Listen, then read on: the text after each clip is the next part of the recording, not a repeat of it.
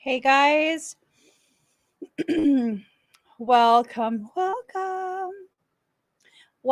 to this channel. We're going to be doing episode 33 of the Soul Sanctuary podcast. Let me go ahead and, oh wow. Let me bring my people on with me. Hello, Ocean Lover. How are you? How are you? I'm good. Shall we bring our special guest up here with us? I think that would be great. Hello, Mr. D. Good morning, everybody. How's everyone doing? We are doing pretty well this morning. I mean, it's been peaceful. Got a great shower in this morning. Got to get a little bit of extra sleep, and I'm up with you guys. Okay. And I just got really nervous all of a sudden. Why? I don't know. It's like a good nervous. A good nervous. Probably because you're going to be basically the center of attention today. Right? That brings me to today's topic, which is divine masculine. Oops, that's not what I wanted. Here we go. So do you guys want to go ahead and start and kind of start the convo? I'm sorry, I'm out of it right now. That's okay. It's me against my lighting. But I just want to say I am very excited about this topic. I'm so glad that it was suggested because this is so very important. I just want to say, divine masculines out there, we honor you, we honor ourselves, and we honor the respect, love, the need for interdependence between us. It's high time that we stop with this paradigm of men against women. So, there's so many loving brothers, uncles, husbands, fathers, cousins, nephews, what have you. And this is all about this. So, D, go ahead. What do you guys want to know? I mean, like, what questions do you have? I mean, I think the best place to start is like from the beginning. What is your concept of divine masculinity? How do you feel that it how do you feel it affects you, like with the role you play in your environment, your behaviors? How does that title of divine masculine affect you? That title itself really doesn't have too much of an effect to me because of the simple fact that I actually took the time to really um understand and come into balance of both my divine feminine and divine masculine energies within myself. If you ask me, I have more divine feminine energy. Like I'm more nurturing, I'm more caring and things like that. Even though I can be that brute force and things like that, but what's most predominantly coming out of me is the nurturing aspects. It's the nurturing type of things. And like seeing other quote unquote masculine men in my life or whatever, whatnot, always being like a brute force, not necessarily saying like always like aggressive and things like that, but just like a brute force when it comes to doing things, headstrong about things, don't know really how to um logically think, you know what I'm saying, about certain situations or different topics. It's always just one way, get it done, no other way around it or anything like that. So once you come in a balance between the two of the energies within yourself, you can really flow more freely and tap into both sides and both aspects of those energies when need be and when need to. Right. I think hi Rob. Oh, hi. So Rob is another divine masculine over here. For me personally, as a woman, as someone who defines myself as a member of that sacred feminine, not the traditional gender roles of feminine, but just this sacred feminine who is empowered within herself, her life, does not compete with other genders. I kind of just embody myself and my essence, right? I look to a divine masculine to be this safe space for me to be able to allow my femininity out. There's been a lot of discussion lately where it's this thing of, um, in order for a woman to not be so quote unquote masculine, she needs to have a very masculine man create a safe space for her, a space where she feels safe enough to allow her softness to come out. What do you guys feel about your role in this? Ocean first. I think that uh, like for me, like my role is with my wife is like to empower her to be all she can be really, and that's her divine feminine. And see the world is so imbalanced right now because it's all become a patriarch. So it used to be a matriarch, and the divine masculine used to serve the the divine feminine, and that's kind of how it should be, because without the woman, we're not going to ascend. They hold the keys to ascension. Um, they hold the codes, and the divine masculine holds the keys. So together, it has to be in perfect balance, I think. But yeah, I think that to protect the divine feminine, that's a place for the divine masculine for sure. But I'm just here enjoying everything, so I don't know much anymore. I think a lot of sorry guys, we're having a little bit of a technical thing here. I think a lot of what happens in these conversations is that instead of allowing the masculine and the feminine to be what they are, which is something that should work together cohesively and have their proper place, which it's not defined by society, right? We're actually taking the same gender role ideas and applying it to something that is so divine, so sacred. And it becomes this thing of, and I've been seeing this personally. I don't know if you guys have or feel that it's been placed upon your shoulders, but it's this thing of men who are trying to take on the role of divine masculine by doing all of the things that they're told to do, just like in the traditional gender roles, but except this time we're going to do it spiritual style. Like you have to take an ayahuasca, you have to dress a certain way, you have to use specific language, you have to have long hair that's in a top knot, you have to have, a super long beard, you have to be vegan, you have to cry in front of other people. Um, you have to go to these retreats where, you have to be surrounded by other men screaming because that's what a divine masculine does. Um, what are you guys' thoughts on that? No, no. That I mean, that like just listening to it. I'm over here cracking up because that does not make you a divine masculine at all whatsoever. It's an internal process. I mean, it's something that is literally internally, and then and you can really understand and more fulfill that role once you come into that piece or connection of that other half that makes you still whole, because you're two wholes anywhere it goes, but it's like the peanut butter to the jelly. You know what I'm saying? Y'all come together, y'all make a sandwich. Right. I mean, that's the best way to mix it. But you have to be solidified in knowing yourself.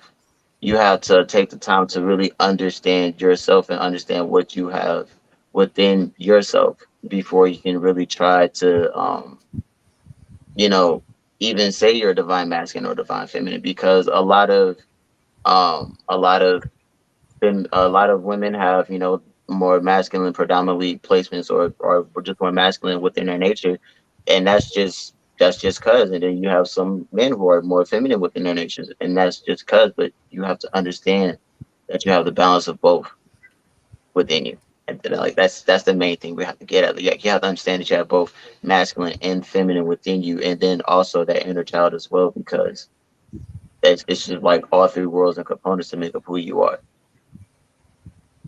Rob, I'm super curious to get your thoughts because traditionally, um, the two of you are in complete different spectrums, right?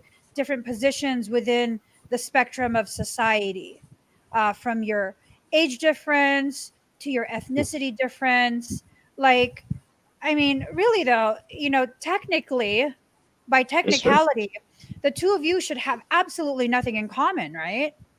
But Right. No, here you are, when this topic came up, the only people that I thought of that would like sit proper in this conversation really is the two of you, because the two of you embody so much of that divine masculine energy where you have no fear of being who you are, feeling what you feel when you feel it. You guys can be gangsta if you want, if you need, but you also have no hesitation in existing in that softness. And there's this beautiful flow between those, such opposite polarities that the two of you can exist within. Rob, what's your thoughts? I, I don't even know his name really. What's your name, by the way? So we Uh, don't even know each other. I've never met you, so I'm honored to do so. I'm Derek. Danny, Derek. oh, Derek. what are Derek. Derek. Derek? Okay, Derek. Well, I'm Rob, and I'm just honored to be here. And my thoughts about the divine masculine and what you were saying before that, like you have to do all these certain things to become a divine masculine.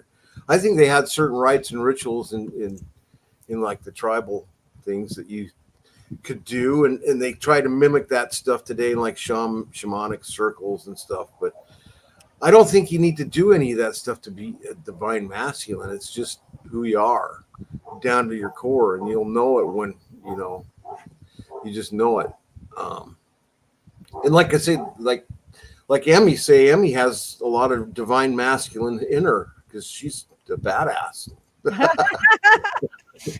And I try not to be, but it just comes out sometimes. sometimes it comes out, yeah, and you can recognize it when it does. It's just so I don't know. I'm just honored to be here. I don't know why I don't consider myself as anything special or divine masculine or anything like that. Um, I'm just grateful to be here, and I got one more day here, and that's great. I'm going to make every second count. Oh my gosh, Okay. you're going through a relocation? Oh, I no, I'm just no, I'm just one more day on this planet. It's just like Oh, so beautiful. The places we went, we're going to relocate. I don't think I'm going to live anywhere. I'm just going to live kind of in my truck for a while. ooh, And just travel around because it's so beautiful when you go up into those mountains. And I mean, the beach is great because it gives a guy like me to able to stretch out, and I don't have that salt water kills a lot of things, so I kind of like it. But yeah. Yeah, and I think the journey that you're currently on really, really, really reflects the journey of what, spiritual circles would consider is the divine masculine journey. This need to be able to just travel and have all the most important things only, like having only space for the most important things in your life. Because when you live on the road, especially if it's by choice, you can only bring so much. You have a finite amount of space, and everything you bring with you has to make sense. You can't bring it with you because of sentimental reasons. It doesn't mean you have to throw it away, but you don't just bring it with you for sentimental reasons. And I find that for divine masculines, that's kind of the journey they have to be on, leaving behind the machismo, or all of these like really stereotypical in a very negative way type of logic and obligatory existence. A lot of what has to happen is this courage, courage to travel through and really look at the different houses that exist within you, these mental thoughts, these mental houses that we leave these things behind at different parts of our journey, thinking they're abandoned, that they're condemned, because you had someone shame you for what, being what, too feminine, being too this, too that. But really, what is that even? Someone else's insecurity projected. And the thing that I just absolutely respect deeply about the two of you is that you guys are free to traverse whatever areas within yourself and occupy whatever houses, mental houses within yourselves. I mean, that's very scary for many men to do. Very, very scary. Like they're stuck in their ways. They can't do this, they can't do that, because, well, people will think of them differently, will see them differently. What is well, actually, you know what? I've been speaking enough. Ocean Lover, what Hi. do you want to ask our guys over here, Rob and Derek? Okay. Well, you know what? I want to ask this too. What about the other side of that? What about when men are existing and they're very masculine? They're men, right? So, what about when that is taken as, oh, he's toxic, because he's a masculine man that stands in his power, you know? What about when there's a man who's not afraid to take charge of his life, not control others, but to control his life, to be a sovereign person? What happens in those instances, Rob and Derek? Have you all really found that that's taken as being toxic? Do you have experiences where you've come into contact with feminines, and females, and it's like, oh, this is just, he's toxic, or all men are toxic? How have you all experienced that, if you have? Uh-oh. That one statement, all men are toxic. Oh, Yeah, that we don't do that That here. was the icing on the cake right there. Like the all Yeah, men are that's toxic. Um, with that, I mean, yeah, it's okay. First of all, taking charge of your own life. That's one of the things I've done very so strongly, very so seriously within the last couple of years. Really taking the time to understand my worth, to understand my value, and things like that. And that comes the main part, the key part in really taking control of your life is really understanding your worth and your value, or not even having a full understanding of it, but the beginning of the awareness of your value and things like that. That way you can properly place yourself where you're supposed to be and not deal with let's do some right words here. Not necessarily deal with so much of that negative femininity from the women or whatever will not be the case, because everyone's picky. Everybody chooses. Just Hmm. like y'all choose, we choose as well. Hmm. So we have our choices and options, but I value to keep myself as not a choice nor an option, but to understand my worth and my value, and not really take too much time and putting so much energy and everything else vices, just working on myself, focusing on myself, and then later on, that one day that right person will come. That's my viewpoint. That's my stand on it.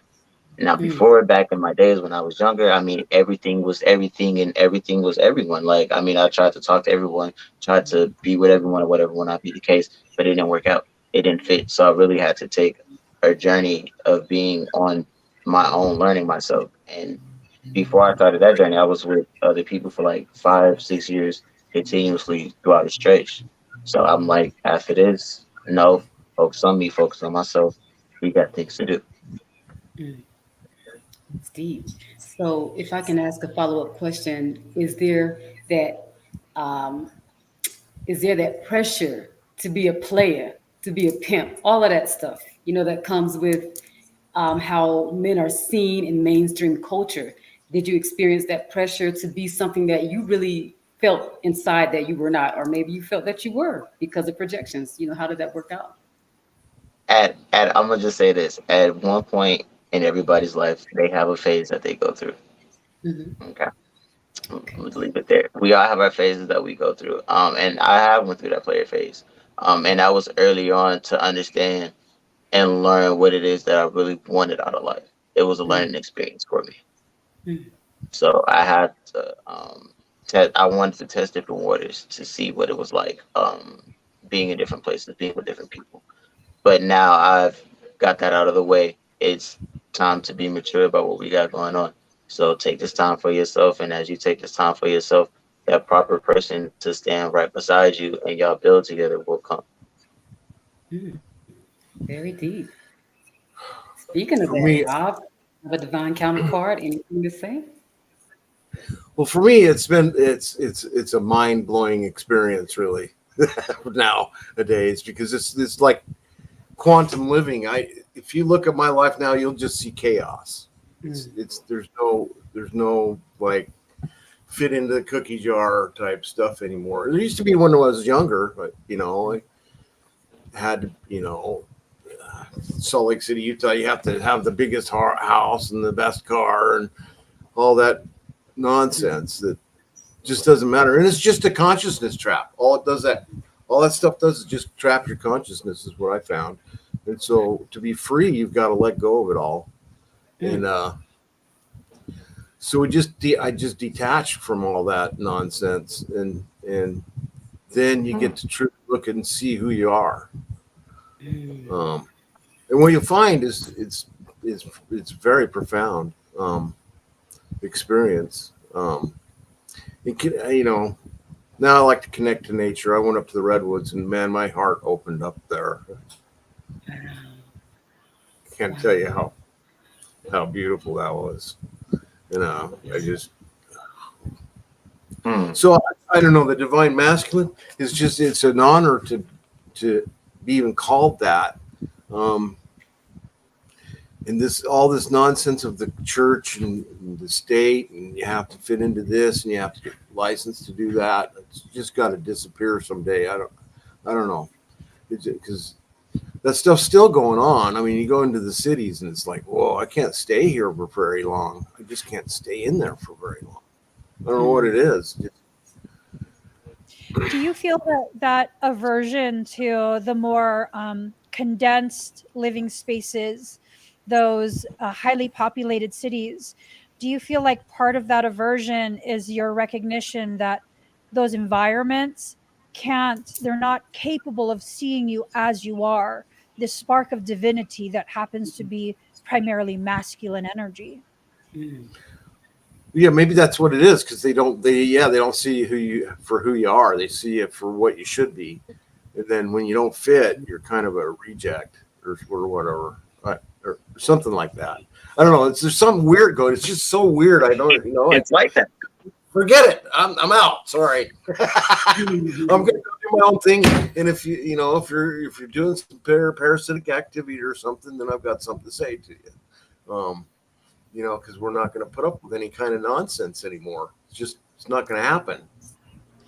And to witness you in this process right now, like, I don't know if you guys who are watching saw the shift, the beautiful flow of all of this, the things that matters to Rob, the things that are of true beauty, true divinity. He got choked up talking about redwoods, and then he just flowed right into smack on the table. We're not taking none of that mess. And I believe it. I believe it. And that is a divine masculine right there. mhm, It's not this thing of a man forcing himself to cry in front of other people so that people will see him as sensitive. It's actually embodying that sensitivity and knowing it's okay to be that. It's okay to be in whatever space you are within yourself. This is about the authenticity of your journey. mm, You know, when I first met Rob, um, you were deep into your journey already. I could tell you had been through a lot. You have learned a lot, official training and otherwise, a lot of self enrichment, and there was this um, very thick wall, very very very. Oh my God, you're gonna make me cry. mm. Mhm. I haven't known you very long. It feels like forever, though. It feels like you've allowed me to help in some way remove some of the bricks. Yeah, I'll tell you what, Emmy, you just saved my life, really, pretty much. I was such Ah, a mess when came to you first. I was in such pain. I thought I was going to, I mean, I was close to death, really. And she removed some blockages, and the energy started flowing, and it was magical after that. It's just came into my power, and then you taught me all these things, and it's like, wow, this is great. I can I actually know. walk around and be free again. I don't have to worry about being attacked all the time because me and my wife we were attacked all the time. I mean, all constantly. Yeah. Just and I had no idea what to do or what the scenes were or where they came from or what's going on. We wake up to that. It's like, whoa, I am not running the show. What's going on here? Who's Yeah. got control of my ship? When you wake up and somebody's got control of your ship, you got to do something. Yeah. I definitely remember that period where it was like I could see the you that you are right now, but it was behind this really thick wall of just, I don't know what my proper role is as the man of my household. I can't control these specific things that are happening.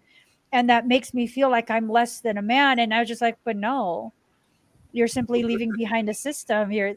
That's the whole thing, to make you so uncomfortable that you leave that behind.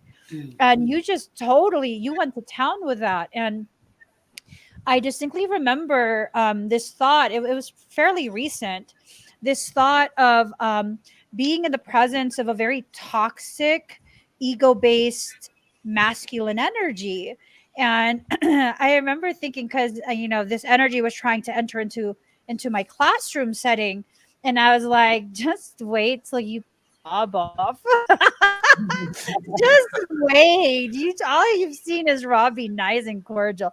Just you wait, try it.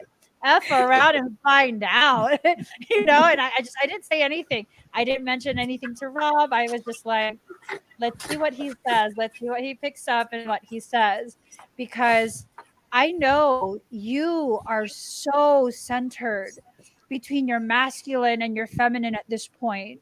There's a softness about you that wants to help, wants to like help nurture others the way you needed to be nurtured when you needed it the most. But there's also this other half of you where it's like, F around and find out. Softness is not weakness. That's how I'm really strong, because I can be soft. I'm not afraid to be soft. There's no vulnerability that can be exploited. And I think a lot of men, it makes me very, very sad as a mother of nothing but boys, young men. uh, they're made to feel as though their emotions are not valid. They're not allowed to feel. They're not allowed to exist in a softness. And if they don't exist in that softness, then there's this other half society that tells them all men are toxic. I don't know what kind of people they're coming across, but many of the men that I come across are not toxic men. Many. My children are Exactly. not toxic. Your Yes. children are not toxic. You two are not toxic. My husband is not toxic. And this conversation really needs to be had where we begin recognizing at first those that are in control of the program, they targeted the men and told the men like the women are the problem. The women are the problem. They're lazy. They stay at home. And then the dynamic shifted. And so now they're telling the women, you don't need the men. Our species does not continue if we don't have both. It just does. What's your guys' thought on all of this?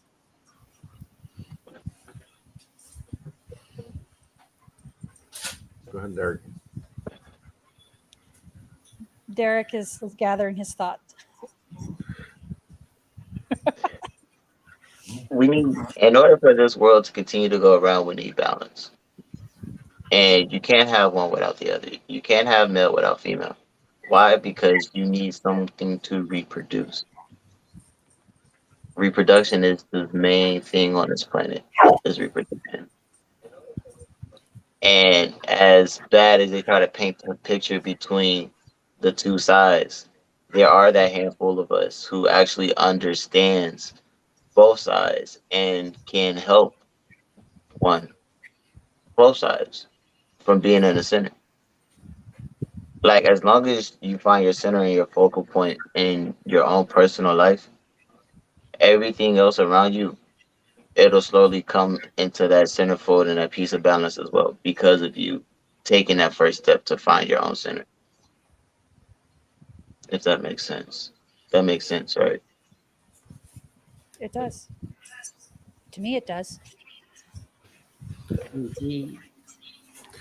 There's something that I noticed lately is there's this transgender thing going on.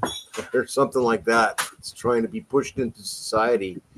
It's kind of a serious situation because I think, if you take that stance, I think what's going to happen is people are going to experience a real death. They might be able to live a long time or something with whatever's going on, whatever they're trying to push. This transgender type situation or whatever that is. You might be able to live a long time, but you're not going to be like, you're going to lose your spark eventually. And that divine spark is what makes us this divine masculine, divine feminine. It's that divine spark inside of you. And just, I see it being pushed, and it just doesn't feel right to me. It's like, I don't know. There's this Heros Gamos unity that goes inside of you, this divine sacred marriage that's inside of you or something. You've got both parts to you. But there's something else being pushed out in society that I see that is kind of funky. If you ask It, it me. is. It is. And I think it's important for myself as well as Rob to clarify. Rob is actually, he's been traditionally trained in shamanic arts. I'm aware, because I've been partially trained in shamanic arts, that there is a true transgender identity. Some of the most powerful shamans in ancient cultures are, in fact, transgender. From my own culture, the Babayin, they're the ones who are the most powerful spiritual bridges, the connectors between their people, the village, and the spirit realm. They are indeed transgender. But here's the thing, what's being pushed right now is not true transgenderism. It's not. It's something that is very synthetic. They get the children when they are at a part of their journey where you question your identity, and then they begin programming you. I'm not against transgenderism. I'm against the program that they're pushing, this agenda that they're pushing right now. Now, even when my children were very, very young, I was like this tiger mother, like I'm absolute mama bear. You will not tell my son he cannot pick the heart bag in kindergarten. Okay, if he wants the pink hearts, he can have the pink hearts. Has nothing to do with gender. It represents love to him, and he likes to love people. You will not push your gender based agenda on my son. Now, if my son wants to identify in whatever way he wants to identify, that has to be coming from him, not from an adult telling him to question and then presenting these options. A lot of what's happening, it's not enough to attack the sacred feminine and the divine masculine. They're pushing this agenda that blurs all of these different lines, and these lines are actually the grid of your identity. It's not lines that keep you confined. They're using semantics. They're using concepts that are only a half truth, that which is more wicked than a full on lie, because you can't actually prove it as a full on lie. It has enough truth to make it an issue.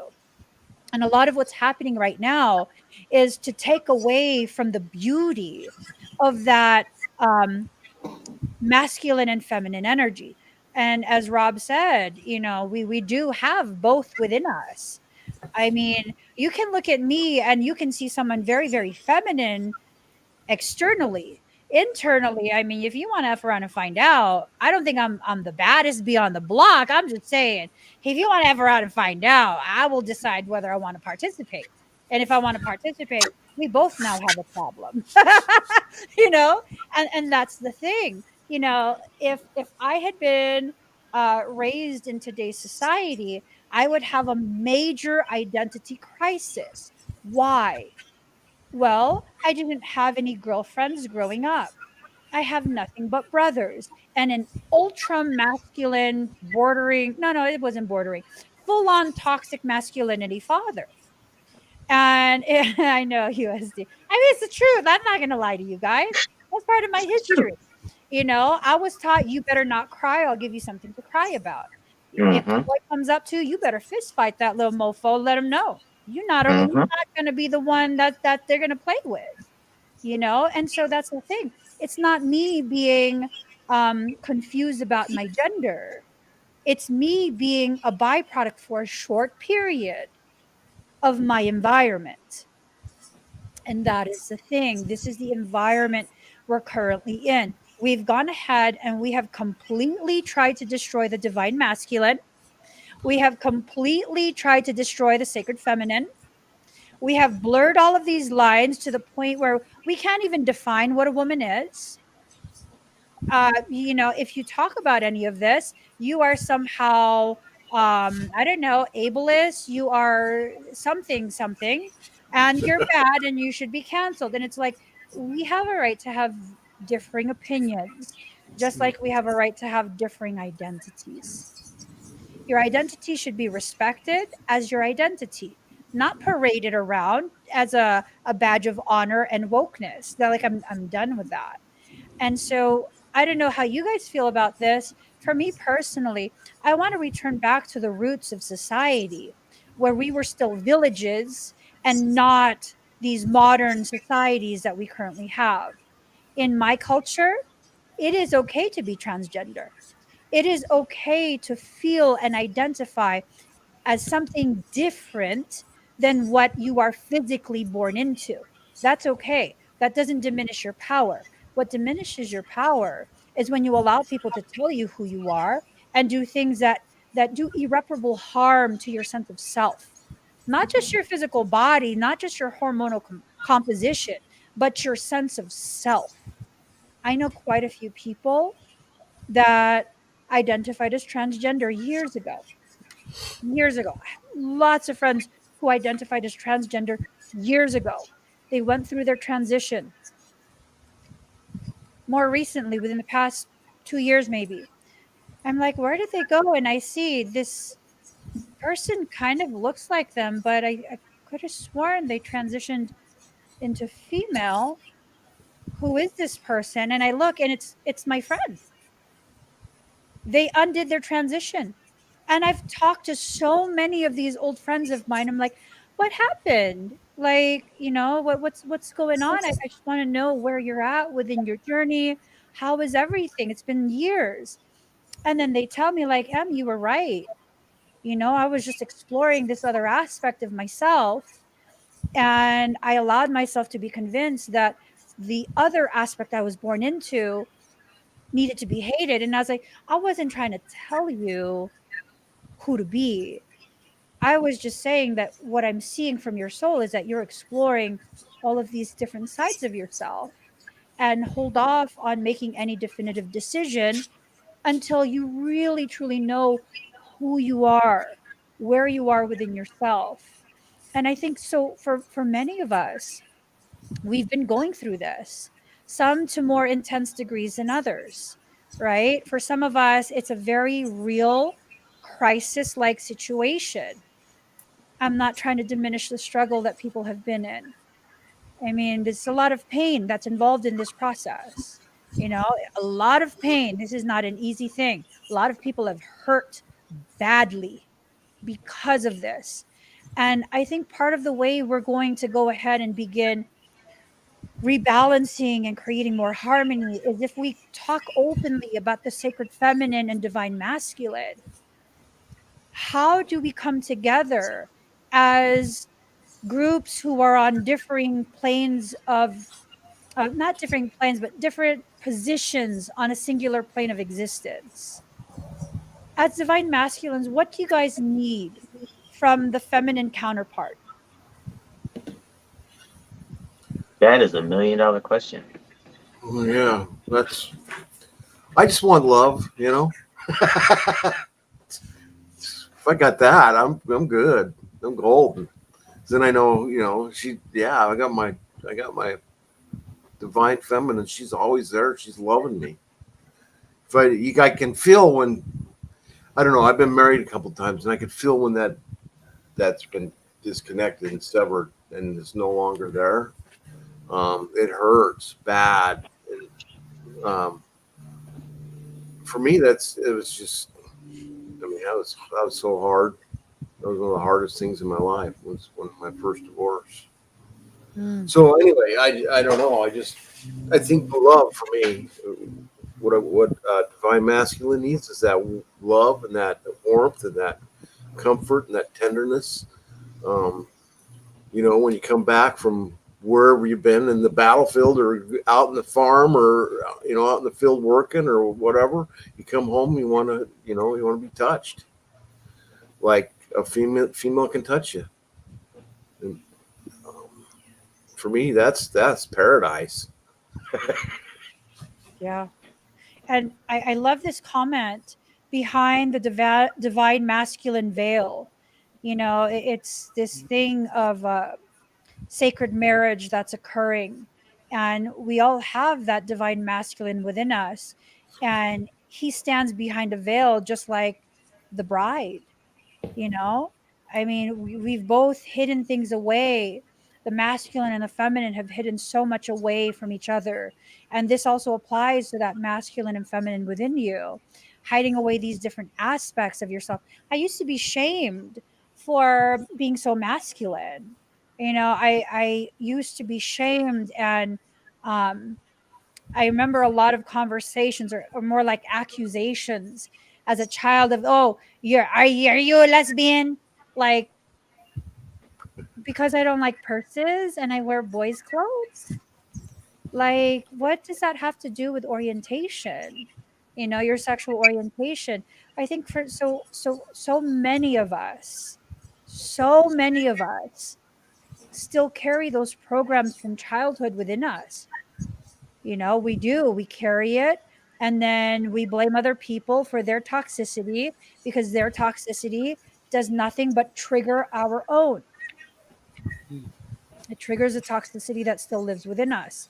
And that's Mm. part of the most beautiful um, things, witnessing both Derek and Rob's journey, like this purging of that old toxicity. I see the both of you doing this consistently, this consistent process of gently purging the old toxic programs, and not installing new toxic programs, and really beginning to find your way back home to yourself. Really just finding out who you are, allowing yourself to embody whatever concentration of masculine and feminine is within you.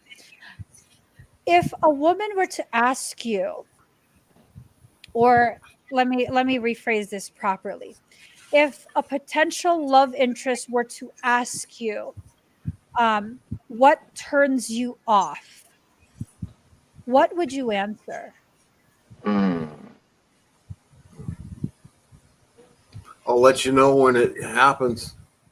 Because I'm not really, it depends. There are certain things that happen. Oh, that's a turn off. Like, I guess my biggest turn off is when they don't hold me as who I am. Mm. See me as something else. That's a big turn off for me. It's like, okay, or they're so important that whatever.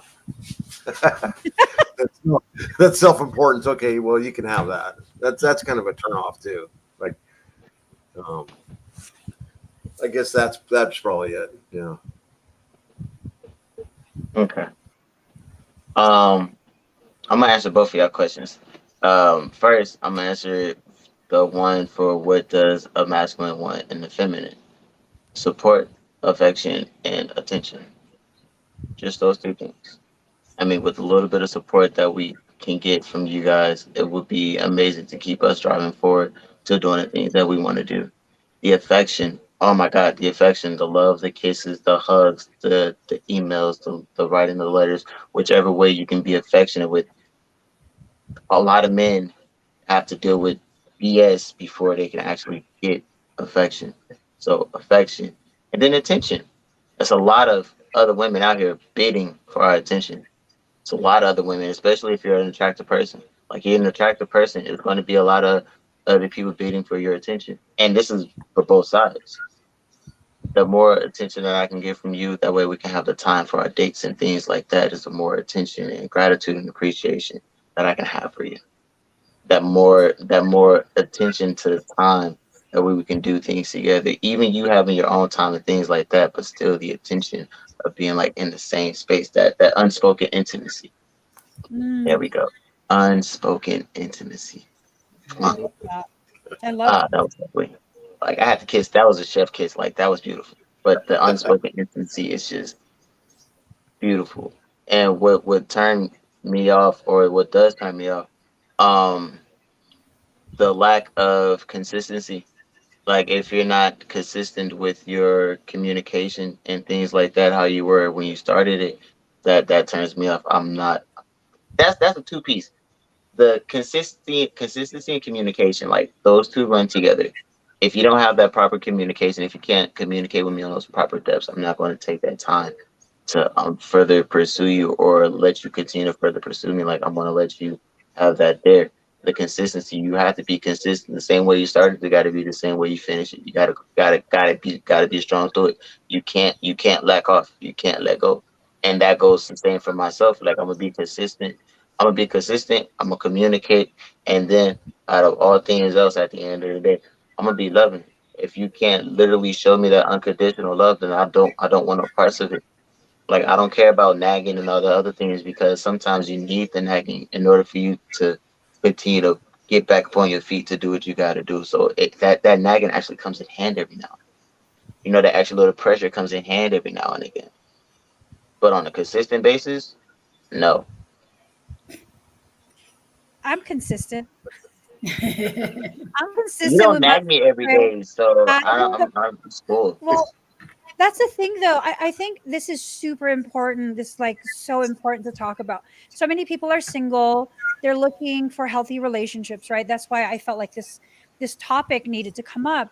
And here's the thing: women, we need to understand these men have a mother already. Yes. And if I have to be a second mother to you, you are not a man. I do not want a child. I want a man. I want an equal. I want someone who can hold me in such a way where I feel your strength, but not a sense of you potentially harming me. I don't want to have to nag you. I want you to be able to tell me, like, if I ask or request something and you don't want to do it, you tell me, like, I don't want to do that right now. Let me be in my emotions about it, because you don't need to cater to me in that way. It's okay for me to feel disappointed. It's not okay for you to lie to my face in an attempt to not disappoint me. It's about adults coming together. And really, I'm tired of both sides choosing the most infantile option available because they want to be in a position of power. And then they get tired of being in that position of power and then they start to complain. That's what you chose.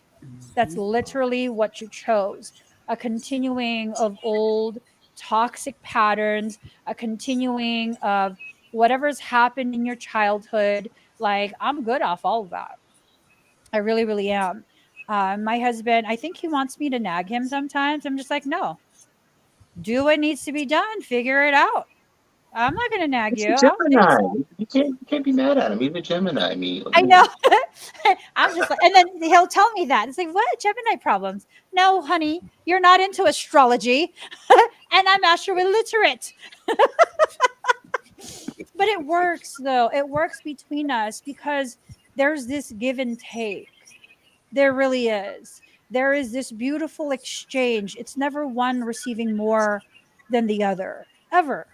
There's no expectations. There's no obligatory type of behaviors of, okay, once a year, you need to take me to this place.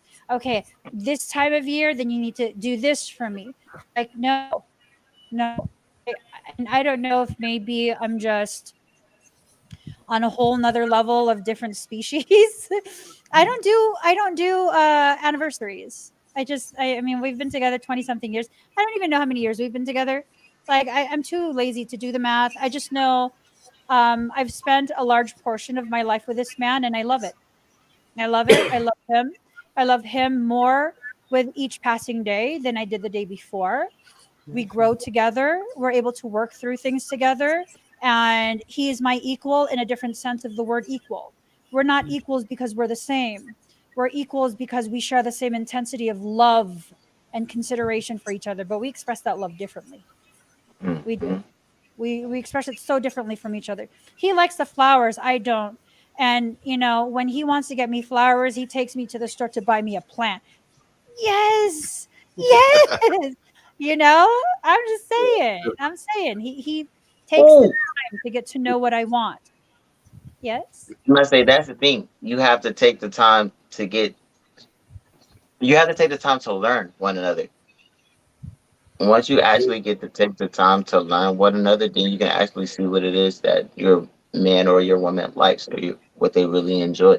It's not always about the sex. Me honestly, sex is a bonus. It's a bonus.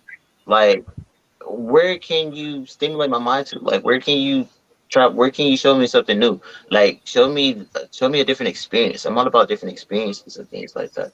Like, you have to brighten, like, have a bright mind, but you have to show me what you can do. Like, you know what I'm saying? I get it. Adventurous. There we go. I get it. Adventurous. So here's another thing that I keep seeing, and this is much more recent. This narrative of us ladies have to stop telling people what we want, because then it empowers the manipulators. We're giving them the playbook to our lives, and they'll do exactly what we tell them to do, what we want. They'll play that role so that they can get us, and once they have us, then they'll really show us who they are. What are your guys' thoughts on this? I want to hear everyone's thoughts. Yeah. I've been Use married so your long, I discernment. really don't know. I don't experience that because my wife doesn't do that. So, but if she did, it's like, well, kind of good luck with that. I'm not gonna do that right now. I want to go do something else. I love Rob and Sarah, because Sarah will say in the most gentlest voice, "No, Rob, you can f yourself." She's not down for games. She's just like, "No, I don't want to." It's beautiful. Yeah. I love it. What about you two, Ocean and Derek? Um, give him a playbook. Give him a playbook. Let him have all the plays.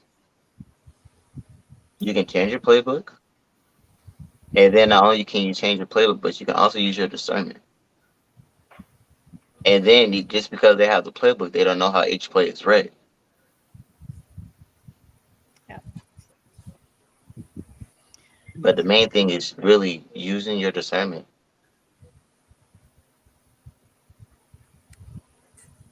How about you, Ocean?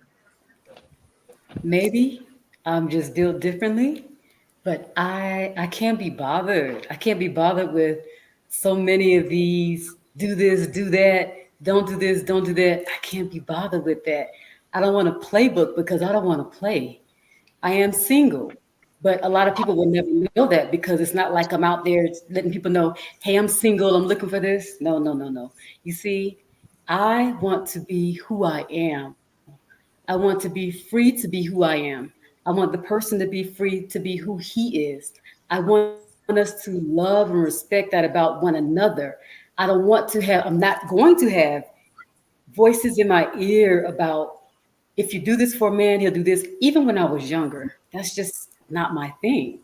Um, I think for me, more than anything, I think a lot of those things are distractions, and they come from people who don't know, and people who get a lot of likes from people who don't know too, you know, and not just people who don't know, because to some extent everybody's trying to figure it out.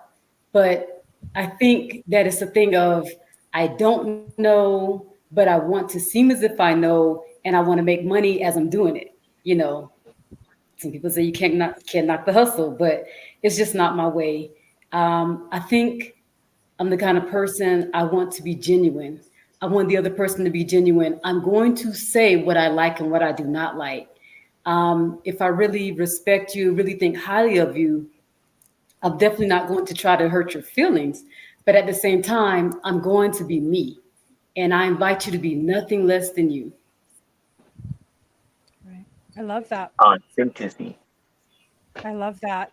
I'm of the mindset. I mean, clearly I'm not single and I haven't been for a very long time, but I'm of the mindset where why would I be in an intimate situation? And I mean even intimate like going out to dinner with you. That's an intimate thing, Yeah. to share food with someone.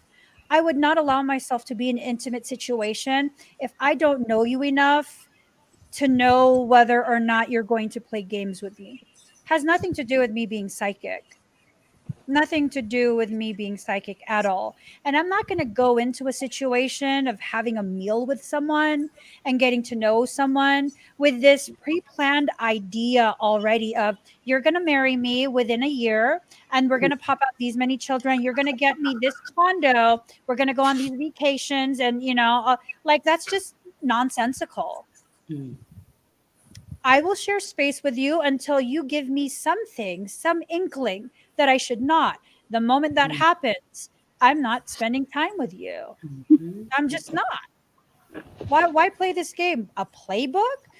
I'm Yeah. the type of person you can get a playbook written by me, but you'll never know exactly what page I'm on or if even I have that book open or if I'm writing a completely new book. You just really never know what you're going to get with me. And if you think you're going to come at me and have this pre planned something or other, I don't care if your intention is romantic or not.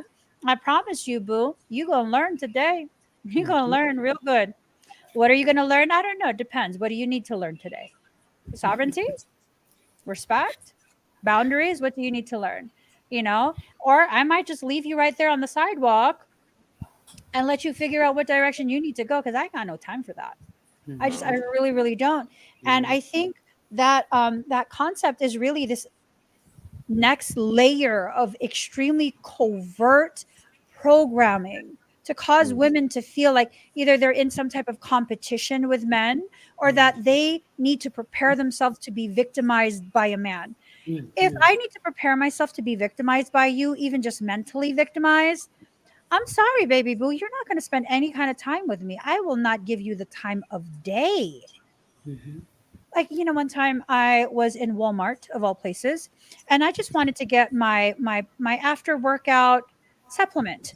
I just wanted my BCAAs, yo. I don't know why you just trying to start stuff with me. This man comes up to me and I had my wallet and my phone in my hand like this, right? And I was pushing the shopping cart because I didn't have a purse. And this man, he very aggressively comes up to me and by myself, and he says to me, "What time is it?" I don't know. I don't have a watch, which I didn't realize I was holding my phone. Because you have your phone. And okay, mofo, first off, don't let the Asianness fool you. There's aggression in this little body of mine. Don't talk to me that way. I'm not telling you the time. Find someone else because I didn't like the way you approached me. And I had people tell me that I was being difficult. You approach an unknown individual in an aggressive manner. That's not me being difficult. That's me matching your energy because, mofo, if you're going to victimize me in this store, you're going to have a real hard time. You're going to have to earn that. I Mhm. don't think I'm badass in that way where, I'll be able to kick everyone's butt. Like, no, I promise you, I will defend myself in whatever way I can. You might be able to overpower me, but you're never going to break my mentality. Mhm. If you approach me in a way that causes me to feel that you are aggressive in some way, I will become bristly as well. And we have to exit out of these programs that tell us, like, you know, yeah, not all men are aggressive and toxic, just like not all men are divine masculines in this moment. We have to really allow ourselves to, communicate with people and get a sense for who that individual actually is. So, guys, if a woman were to come up to a potential love partner, right? And she's playing hard to get because she doesn't want to seem easy. She's doing this whole formula. I don't know what the formula is. I don't know, like for every three text messages, she'll respond after the fourth, or I don't know. Whatever game people play. How do you receive that? I stopped playing those games. Yeah, it's just I'm not about to. programming. That's Like society's I program. used to do that. Yeah. I'm sorry. I used to fall for that. Like I used to, but that's because I was at a point where I was just still looking for different connections, just trying to find somebody to be with. Now that I took the time to actually learn and value myself when it comes to those type of situations and things like that, I'm not about to play those games. You want to leave me on red, or I'll probably text you. I'll probably text you once or twice. If I hear nothing back, okay, okay, on to the next. It doesn't bother me any. I've come to the space of learning two things. One, not to give all my energy so much into the art of detachment. And what I mean by the art of detachment, that's being able to detach from situations and things, people, and places, without taking no emotions with you, leaving those emotions there. Because if you carry those emotions from certain places and certain people around with you every day, it's going to make you feel heavier within yourself. And who has time to feel heavy? I like to be as light and brisk and move freely like a leaf through falling through the trees. What is a deal breaker for you two? A divine masculine. What is an automatic deal breaker? It's a good question. That Like is a really being good question. like what you this that question, the one before it, it's like being inauthentic, right? Not being yourself. It's an inauthentic way of being, and it's gonna break the deal because you're gonna be able to see right through it. It's like, okay, I mean, true. I mean, in my younger years, oh my God, she texted me, and I'd fall into that consciousness trap. It's like a trap. It's like they're trying to suck your attention in. It's like that's actually parasitic if you look at it. Well, that's somebody who's being parasitic because they're trying to just lead you along, and maybe their intention isn't that good. Who knows? But nowadays, it's a different story. Now it's not going to happen because you'll be able to tell if they're being authentic or not. If there is their heart open, you should be able to see it. Just pay attention. You got to. Everybody can see this. Everybody can see this. Who's got the? I mean, whoever's human can see this, or has the divine spark in them. They can see if somebody's being authentic or not. And if they're not being, if they're being inauthentic and they're just playing games, then that's a deal breaker. Organic portal activity. Yeah. Organic portal behavior. I think what's happened is a lot of these people who are falling into the consciousness traps of don't show them your playbook, and all of these different programs going on. I think they're dating organic portals. People who simply mimic organic portals don't carry the capacity, the potentiality of rising to higher levels of awareness and understanding and just full on divine consciousness. All they can do is mimic what is around them, and that is for a finite period. Like, ladies, if you fall into that trap, what you're doing is catering to the organic portal. Recognize when your preference, your current dating preference, is an organic portal. F boys tend to be organic portals. people who try and convince you that they have ownership of you in some shape, way, or form because they're your twin. That's some. Rob, let's hear your thoughts on that. Mm. It's because they're Fiery. like you say, it's like, well, it's that inauthenticity. It's like you'll be able to tell that it's not real. I don't know how to explain it. It's just you just know. It's a knowing. Yeah, I don't know why you would want to play games. We only have limited amount of time on this planet. Might as well make the best of it. We've got a lot to explore. There's a lot of places to go. There's a lot of things to do. Don't waste your time like with an organic portal. You'll be able to tell when they are because they're playing games. Um, and it is an easy trap to fall into. It's really easy because you got these emotions and your emotions will, man, they'll just yank you by the chain if you're not seasoned at this stuff. That emotion will pull you along and you can get trapped. Um, Yeah. and who knows how long that can take? That could take a whole lifetime. Just got to be careful. I think the major distinction, it just came to me. It's one thing for someone you're getting to know to ask you about your preferences because they're in the process of learning you, right? And it's a whole nother thing for someone you are still getting to know to ask about the greatest traumas of your life, to store that information away so that they can weaponize it later on. Mm-hmm. Mhm. Yeah, That has that's happened before.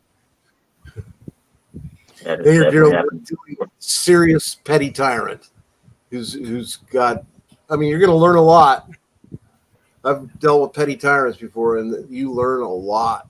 I mean, they give you the greatest gifts available, but oh my God, Mm. The cost. your life, yeah, it's going to be hard. Mm. Mm. I think we should take some questions from our audience. Do you guys have You any there, sir, questions with your hand up. What's your question? for me?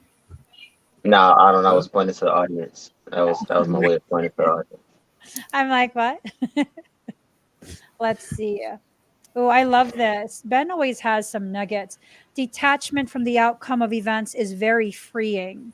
Like just being detached from the outcome, knowing that you have a specific type of outcome that you would prefer, but not being so committed to that you would interfere with the actual process and therefore manipulate that outcome into fruition. It's hard. The world that we live in right now, it's just so hard trying to figure yourself out in a world that doesn't give you permission to exist. Mm. Unless, of course, you're feeding the programs, right? Unless you're supporting the programs. And then to try and find love in a world where authentic love has been phased out. It's about transactional things. It's about who can get you more clout, who can further whatever social agenda you have. And it doesn't make you a bad person to have a social agenda. It just means you've gone far deep into the social programming. In order to have a social agenda, you need to be in that social program, right?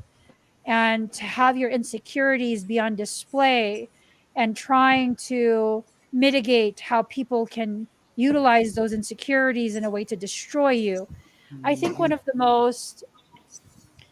most powerful realizations I've ever had was that no one can destroy me without my consent. Mhm. They can try, they can intend to, but without my consent, that destruction cannot occur. Not to the degree that I will actually be destroyed. I might be inconvenienced. Mhm. I might have my paint chipped, but I'm not about dying for inconvenience. Mhm. I'm not about the aesthetics and my aesthetics being damaged. Like, no. So I've had plenty of people who claim divinity and they try their best to try and what? Dethrone me? You're not even a part of my kingdom. Whatever made you think you could take me off my throne inside my throne room? And that's what people need to begin understanding and remembering and reminding themselves. It's when you allow the interlopers into your kingdom that the interlopers have the opportunity to do what interlopers do: Mm-hmm. usurp your power, devolve your level of grace. Mm-hmm.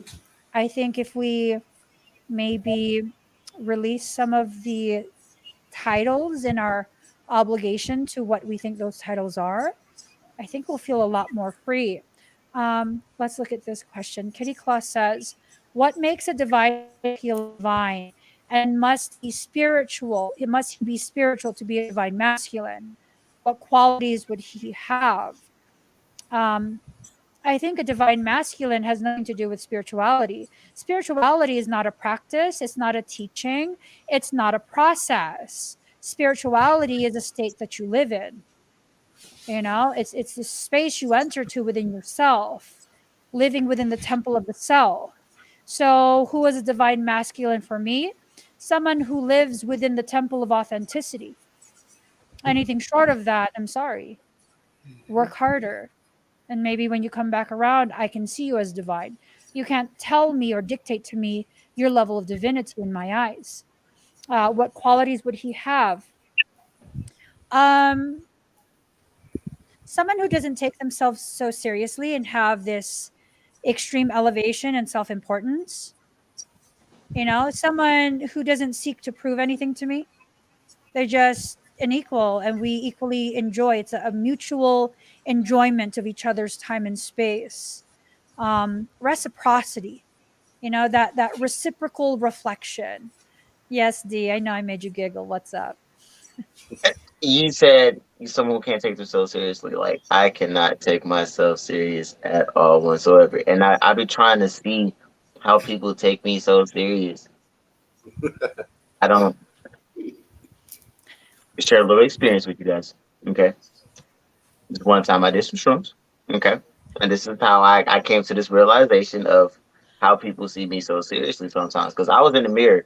I know that's where I messed up at. I went into the mirror. I went into the mirror. I was looking into the mirror, and I was laughing for a good 30 minutes straight. Couldn't get past it. But with me also laughing at myself in the mirror, I was also looking, and as you know, as you look, I started to see the morphing and the shifting of my face, like to see the face behind the face, and the face behind the face has a very, very serious tone and demeanor to it. And I was like, holy shit! So this is why some people take me serious, because like my face is like it's a no nonsense type. Like I'm not about to play no games with you. So yeah, I think you use your divine masculine to protect yourself. You use that softness to disarm people because you have a very clear understanding of the level of destruction you can bring to any space. And so, if you disarm people with your softness, gentleness, childlike qualities, even, they wouldn't think to test you. And I see through you. That's what makes you even more masculine in my eyes. I've That's had even more masculine. The fact that you choose that, you choose peace, knowing you're so good at destruction. tough man. Beautiful. It's like a second language to me. I can see that. I see that in Rob too. He chooses peace. He didn't enter into a place of peace. He created it and decided to remain there. Both of you guys That's, know destruction really well. yeah, that's for sure. We don't want any more of that. That's enough of that. Tired of it. Tired of it. And this is beautiful because it allows people to see that you can reach this point of realization organically at any age, whenever you choose, any age. Tanya says, love is not what it used to be. No more social contact love. It used to bait, but with no meaning anymore. Hard to find a relationship with real intent. Ooh. Mm. It's not that hard. It's really not that hard. The hardest part about finding a relationship with good intent is having those good intentions within yourself. But I see, mean, you're gonna try. Hmm? here's the thing. People are like, oh my God, real love is so hard to find. If it was easy to find, would it still carry the same value? Mm. Things If it's have easy, more it's not value worth it. if it's rare, right? If it's the more rare it is, the more valuable it is. I like for me, I know for a fact I will never again in this life find another man who can merge into my authenticity the way my husband has, with no resistance to that. I'm never That's going to so find that again. beautiful. Yeah, it's such a beautiful marriage. It's like, oh my god, it's, uh, Yeah, we'd be fighting about coffee. it be like that sometimes. And that's the thing, like, I want people to know, like, we have a beautiful perfect marriage because it's real. It's real, you know like, it is something that we choose to work on consistently. So Lucy says, does everyone have a divine femme or male in them? Do some people within this life never reach that because of unhealed things within themselves? What do you guys think? Absolutely, you have both inside of you, for sure, It's just a positively. matter of you. I'm sorry. It's I just a think matter of you this. actually. Yeah, go ahead.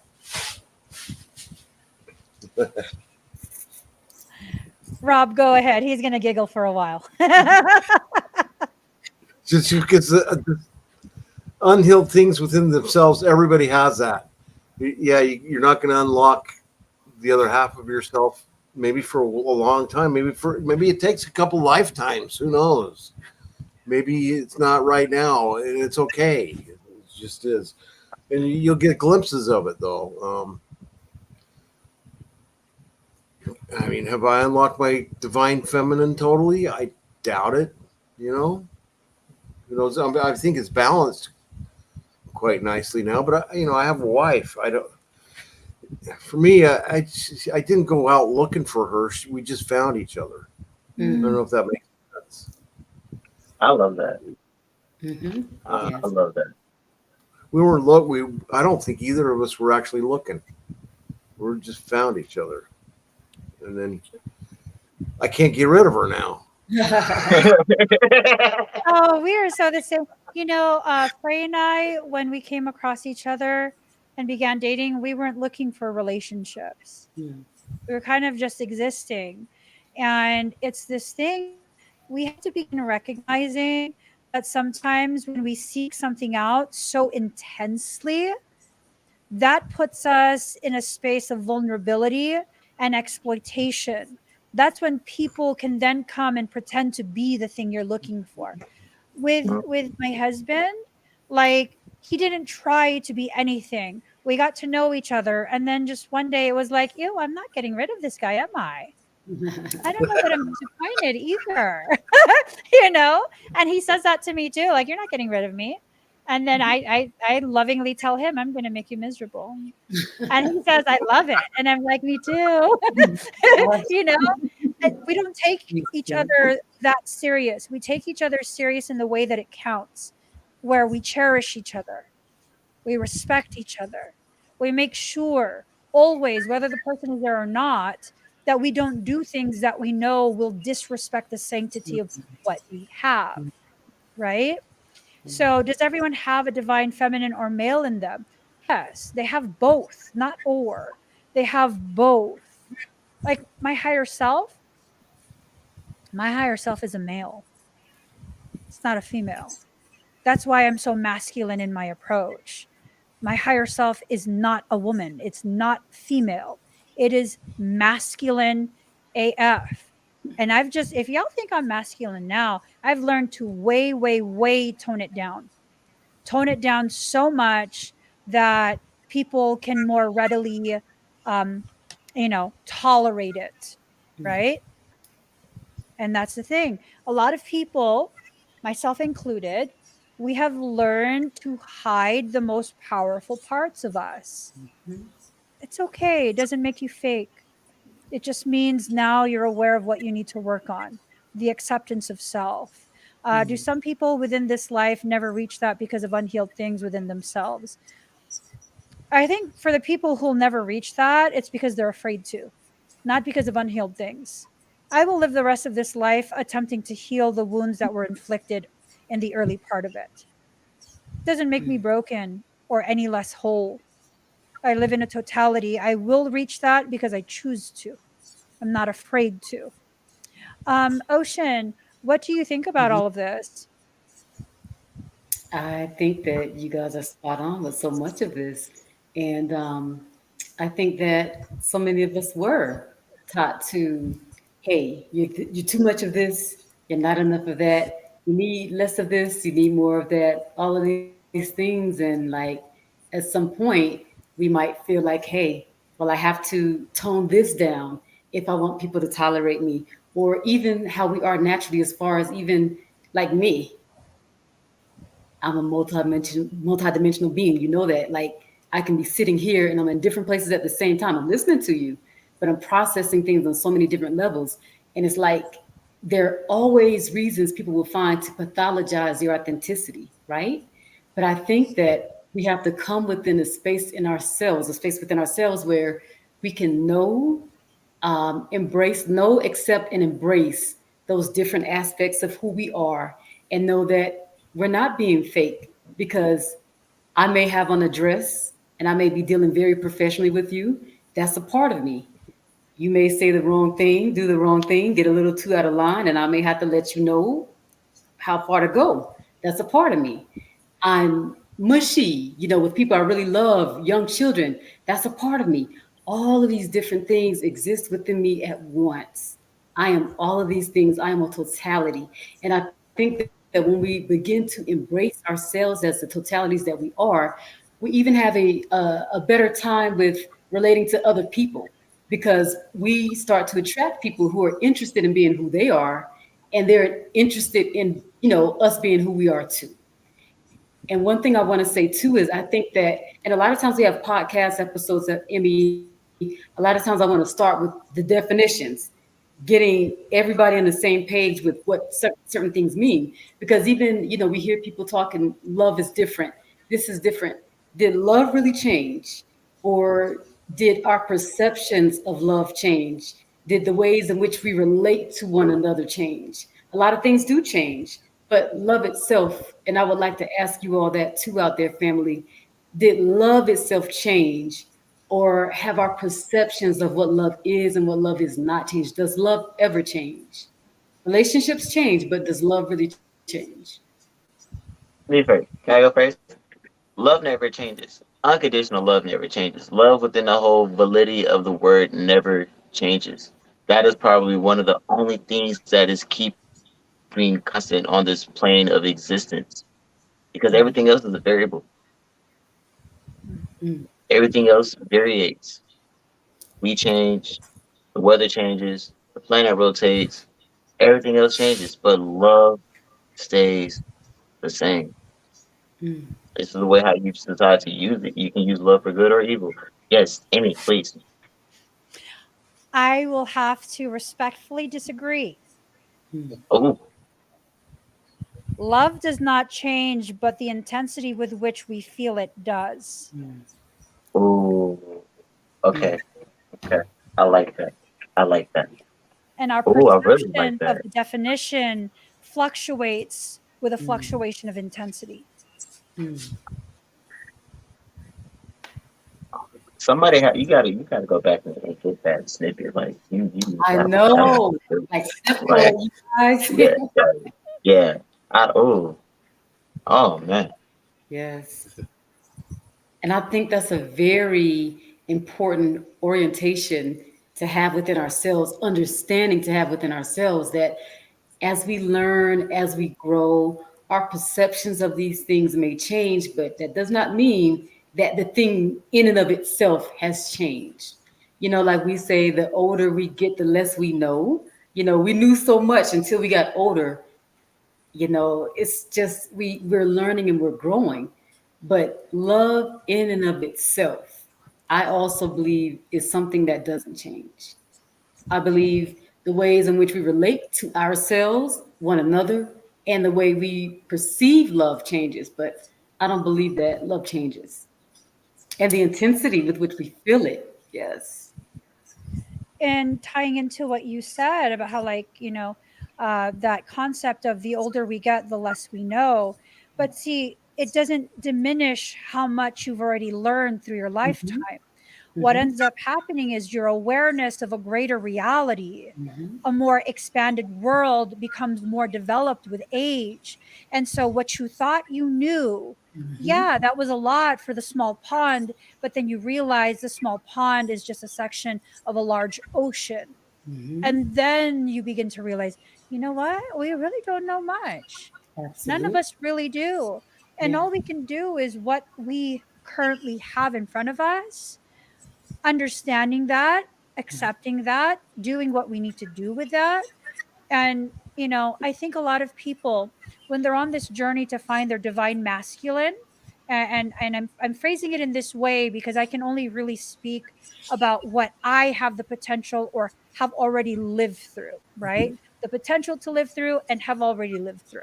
Mm-hmm. So for me personally, my perception, a lot of these relationships fail because they don't realize the ebb and flow, the Mm-hmm. contraction and expansion of that love. They think that it's this monotonous thing. It needs to remain as intense as the beginning, or else we've fallen out of love. And really, that's the problem, the concept of falling into love. I did not fall in love with my husband, I grew in love with him. Mm-hmm. Mhm, You know, mhm, uh, mhm, mhm. moment of meeting, it was like this huge thunderbolt that came, this lightning strike that came and just exploded my tree of life. And we've Mm-hmm. spent the rest of our life picking up all these pieces and constructing the most beautiful mansion to exist within. People are like, Ooh. oh, I want the mansion already. No, I don't. Why would I want my tree exploded? Like, well, how are you going to have the necessary components? Oh, well, I don't need that. They need to invest in me because I'm worth it. And it's like, honey, if you're not willing to invest in yourself, I don't think you think you're worth it either. Right? Mm-hmm. This right here, always seeing the greatest on the masculine, even when they don't see it in themselves. Is it a kind of expectation I'm putting on them? What do you guys think?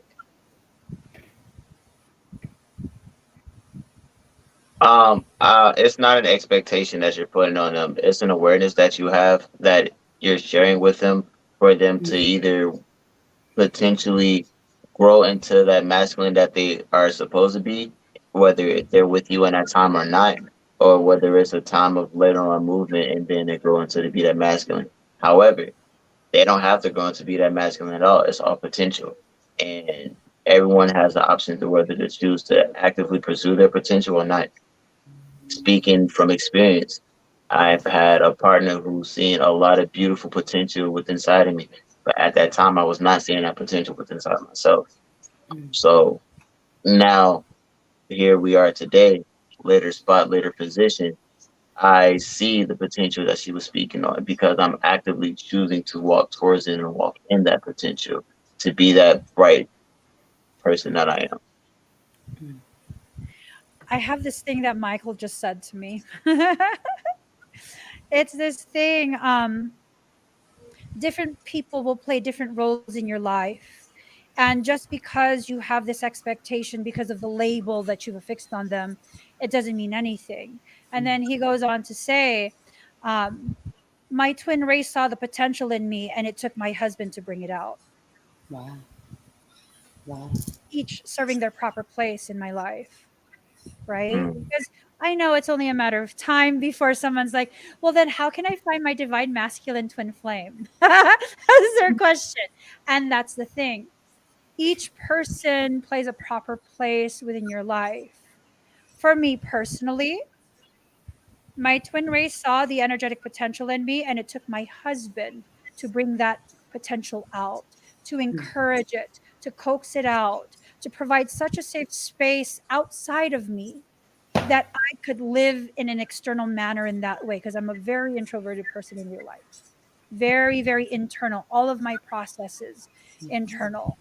People who are the closest to me know when I go through something, I start disappearing. I get real quiet. When you ask me what's up, everything's good.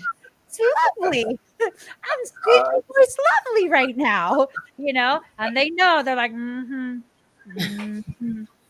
And It be depending on like that how many sometimes. days I'm lovely, that's how many days it's intense. Mm, And I think what we need to do is really stop with this whole concept, this process of assigning yourself responsibility over someone else's process. It's mm, okay for you to see the potentiality, the greatness within someone, and just leave it at that. Like, I mm, see the greatness in you. Beautiful. mm, I'm not going to tell myself I'm going to bring it out of you. I'm not going to task myself to get you to bring it out of yourself. Like, no, I see the greatness in you. It's beautiful. mhm. Yeah. And just Yeah. leave it at that. What is something that someone could do, not just for a divine masculine, but what a divine masculine can do for someone else, that can really encourage them to allow more of their potential to come out? Mm, I think it's just what you just said is recognizing that divine masculine or divine feminine in them, and then just holding them in that space, just keeping the space uh, for that to come into fruition. Uh, no matter what that takes. Maybe there's a lot of stuff they got to go through. Maybe there's a little bit, but I think just holding that space. I mean, you can see other people for who they are, but they can't see themselves. mm, That happens a lot. So just seeing for them for who they truly are, and then holding that space for them to just step into. mm, And it seems to happen. Um, not try to force them into it, not try to make a box to put them into. Just not trying to create some other thing that's just not there. Just for who they are, right? And then they step into it. mm, Yeah. Yeah.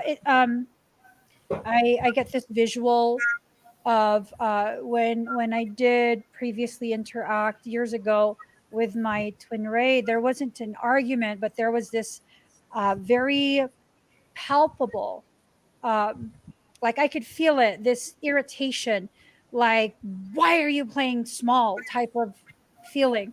And that really irked me. Like, you don't know me like that, fool. You don't know me like that, you mm, know? And then, so it's like the equivalent of having this wild animal that you're rehabilitated and you're trying to set them loose back into their natural environment and you're shaking the cage. And that causes that wild animal to not understand the freedom that waits for them, and you're encouraging them to seek that freedom, and they'll shrink in their cage even more, because that made me mm, feel like, who do you think you are? You don't really know me like that. But then, juxtapose that with what my husband did, which is basically open the cage door and then go about your business. mm, And when you see me getting closer, like, oh no, it's still open. Good.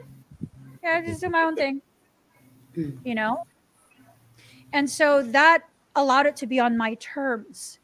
I think a lot of what happens is people don't allow other people to do things on their terms, but they have the opposite expectation of that person. Like, I'm not going to let you do things on your terms, but you have to do things on my terms, because if you don't, you don't love me. mhm, And that's mm, just, I don't think that's how it works. mhm, I don't think that's how it works at all. Yes. Safe, soft, and protection. You have to be those things to yourself first in order for you to really allow that next person to come in. And then as you have that safeness and that softness and that protection for yourself, it's easily shared amongst those that you're gonna connect with or whatever will not be the case. And it allows you to do it much more easier, especially the being a protection part of it, because you're not going to allow anything to happen to you nor your pet that's around you in any situation or circumstance. And that safe and softness for them to roam freely as you roam freely. mm. See? Um, does our child self play a role with a connection of the masculine feminine within us? Yeah. Yeah, Plays The a major child part. plays a role in everything. It plays a major part.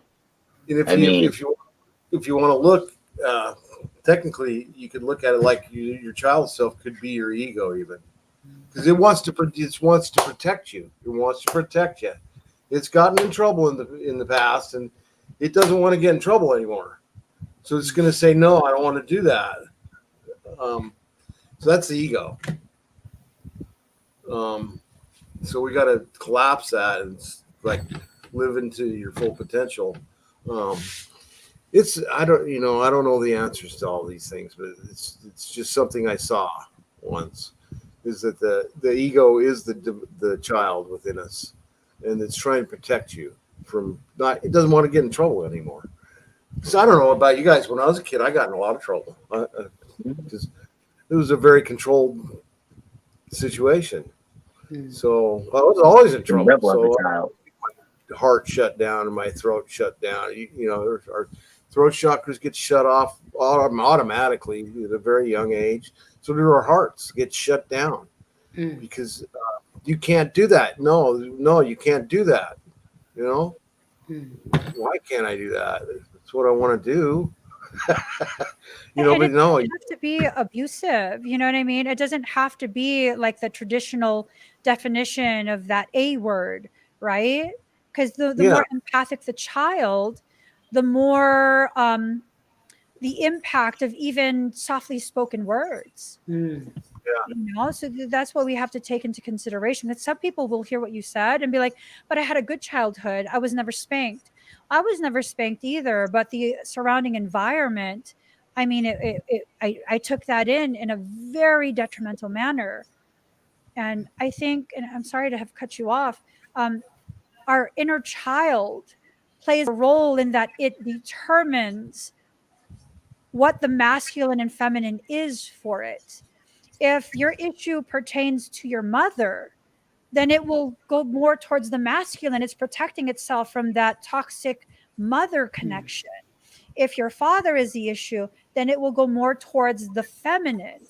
And it's about the rebalancing, keeping that child feeling safe as it gets to know the masculine or whatever the opposing thing is in a way that can empower and rebalance the inner child.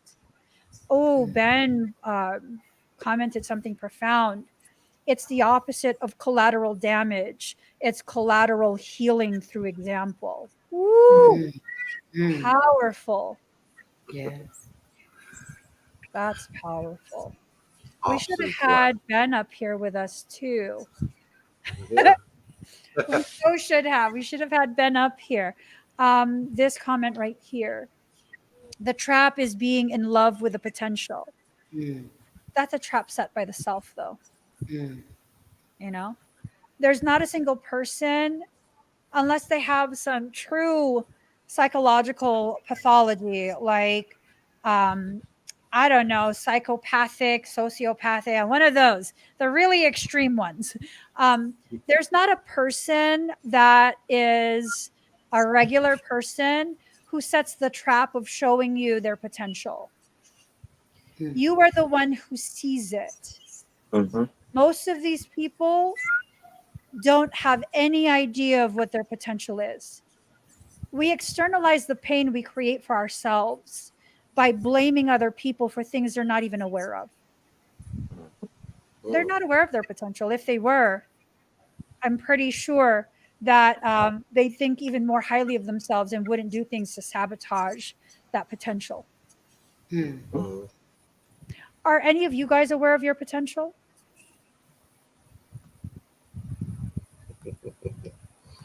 Well, yeah. Just a little bit. Um, Just a little bit. I mean, because like I have the potential to do a whole lot. Now, what that whole lot is, I don't know, but we're gonna figure it out. Okay. well, I've had the experience of being able to manifest stuff immediately when we need it, how we need it, exactly right on cue, right? Just like, bam, it's there. That's amazing when you can do that and intentionally do it. So, yeah, When you get instant manifestation, what else do you need? Uh, I'm just like,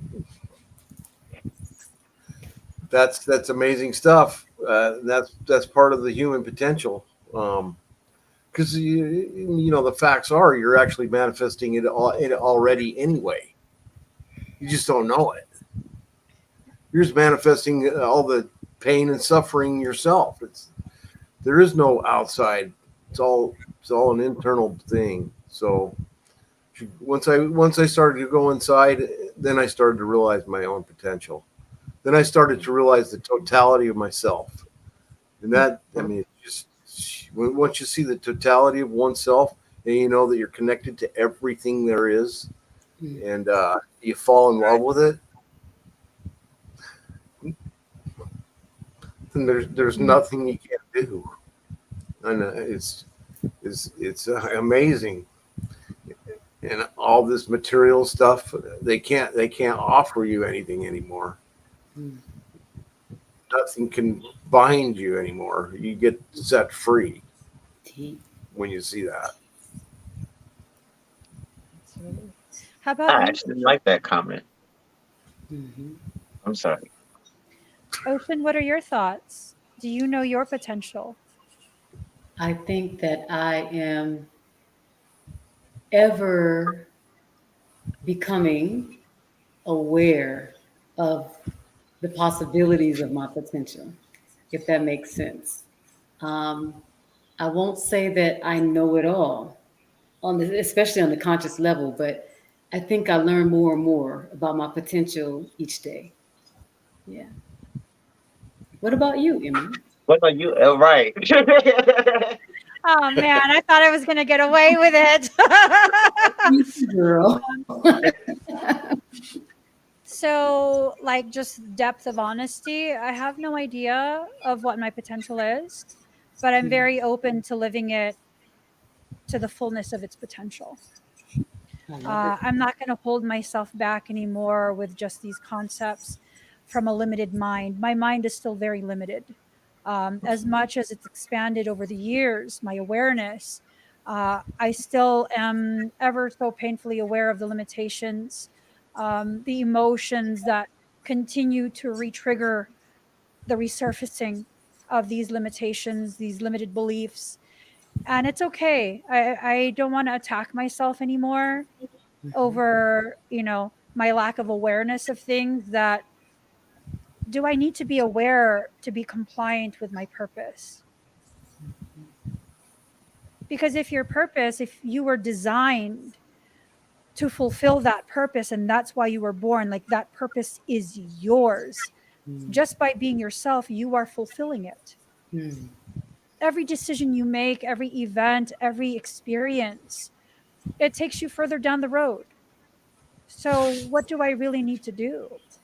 What do I really need to be aware of? I think more of my focus is being in the present, in the now. And I had said in, I think it was last week's exclusive chat, the now holds three spaces: the past, the present, and the future potential, right? Because really, now is now, and then now is another now, and then now is another now, and now is another now, and now, and now, and now. And it's like, where does it stop? When do you get to breathe? You don't, right? But if you allow yourself to just be like, okay, whatever it is, it's in the now, whatever it is, then you don't have to focus on that and take away from your breath, your ability to communicate between self and soul. Um, Lucy says, it's only when I grew up I realized I was watching my parents also grow, but I thought they knew it all. That's when I found peace to forgive them for any ways that they've hurt me. Mm. I think the same applies for past lovers, for siblings, for friends and former friends, and all of that. Yes, D. I actually can say that about my mom and my relationship I have with her. And even my father to a certain extent, because yeah, I may not know my father most of my life or whatever will not be the case. However, um, the simple fact of understanding as I grow up to see, um well, speaking with my mother, for instance, like she still had a lot of different things that she was healing through, a lot of different traumas and stuff that she was healing through, um, from early on in her childhood. And me growing up, being a young adult that I was, especially like now that I'm a little bit older and like being actually able to see that and having the ability to like point, not necessarily tell her directly, like, you got stuff that you need to heal through, but like make simple suggestions like, hey, actually take the time to really look into yourself, do the work for yourself, like really focus on you, stop worrying about everybody else around you, like really, get you right, and so you can understand the cycles and the patterns of the things that's been happening for years within the family and things like that. Um, and since that conversation, like, she's actually having a better turnout, being more positive and also being more aware of different things within herself that ties into the rest of her children. So it's a beautiful thing. And then with my father, actually being able to somewhat have the potential to build a relationship with him. Um, because I never really came in contact with him in my older adulthood, but the potential to for it to be there, like it's a connection that's worth exploring, that we're both open to exploring if things are what things are, if that makes sense. So everything you said caused me to develop even more questions, several actually. So, what was the effect on you as someone who is still growing into your divine masculinity to not have that divine masculine present in your life? How has it shaped you? How has it caused you to develop your sense of who you are going to be and how you will express that divine masculinity?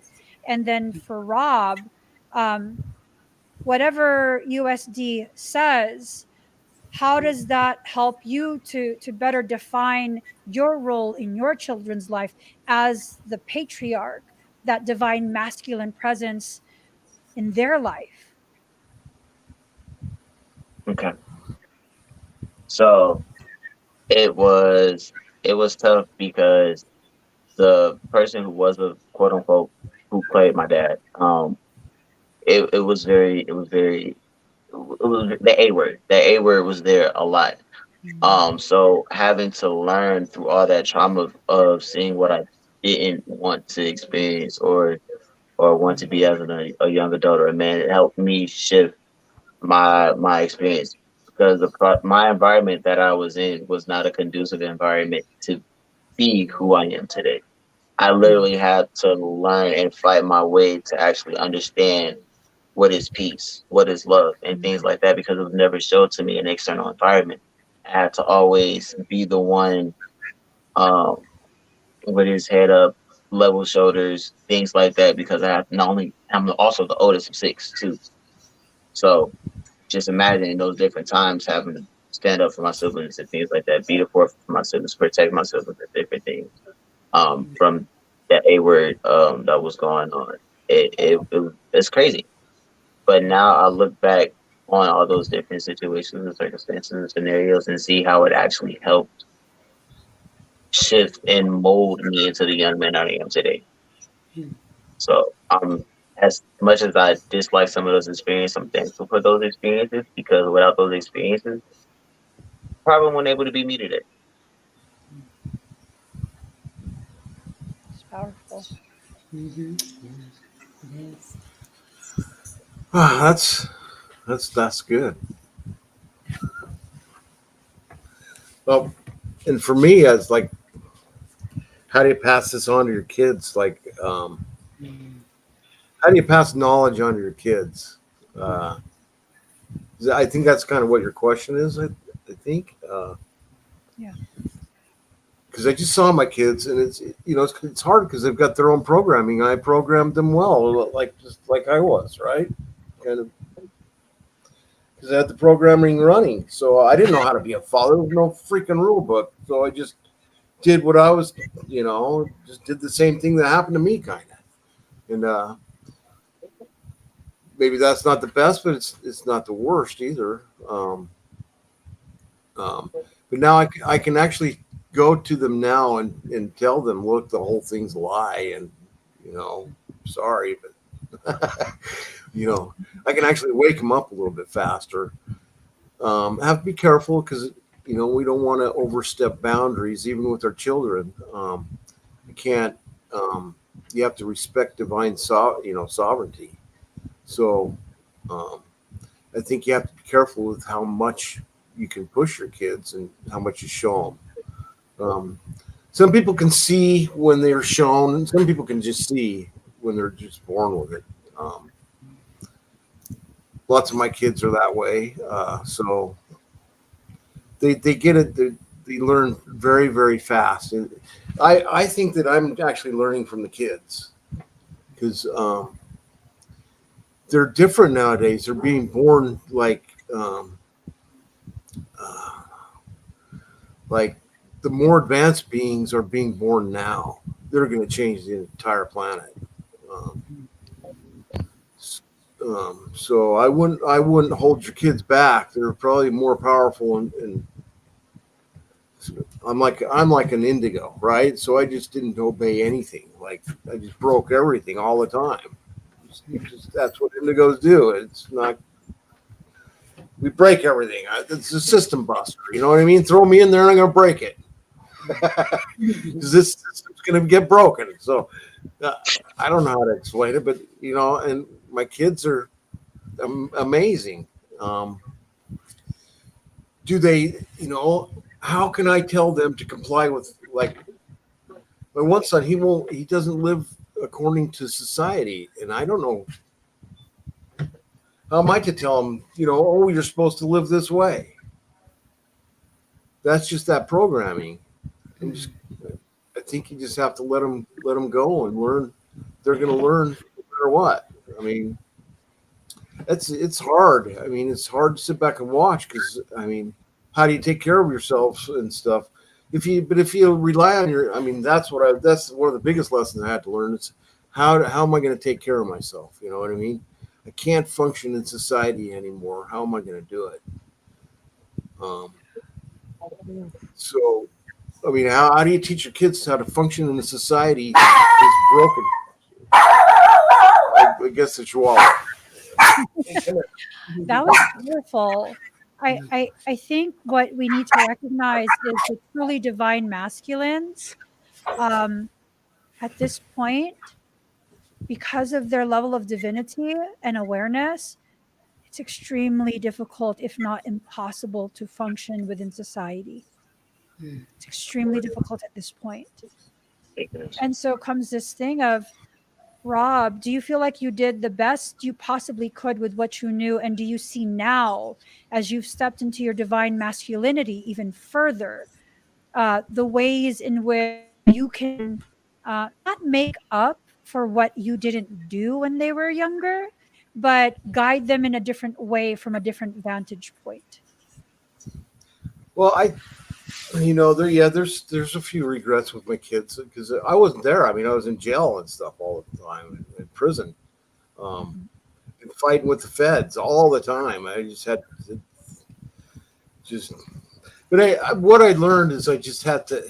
The biggest realization was just to let your higher self take care of yourself, take care of you, and you're gonna be fine.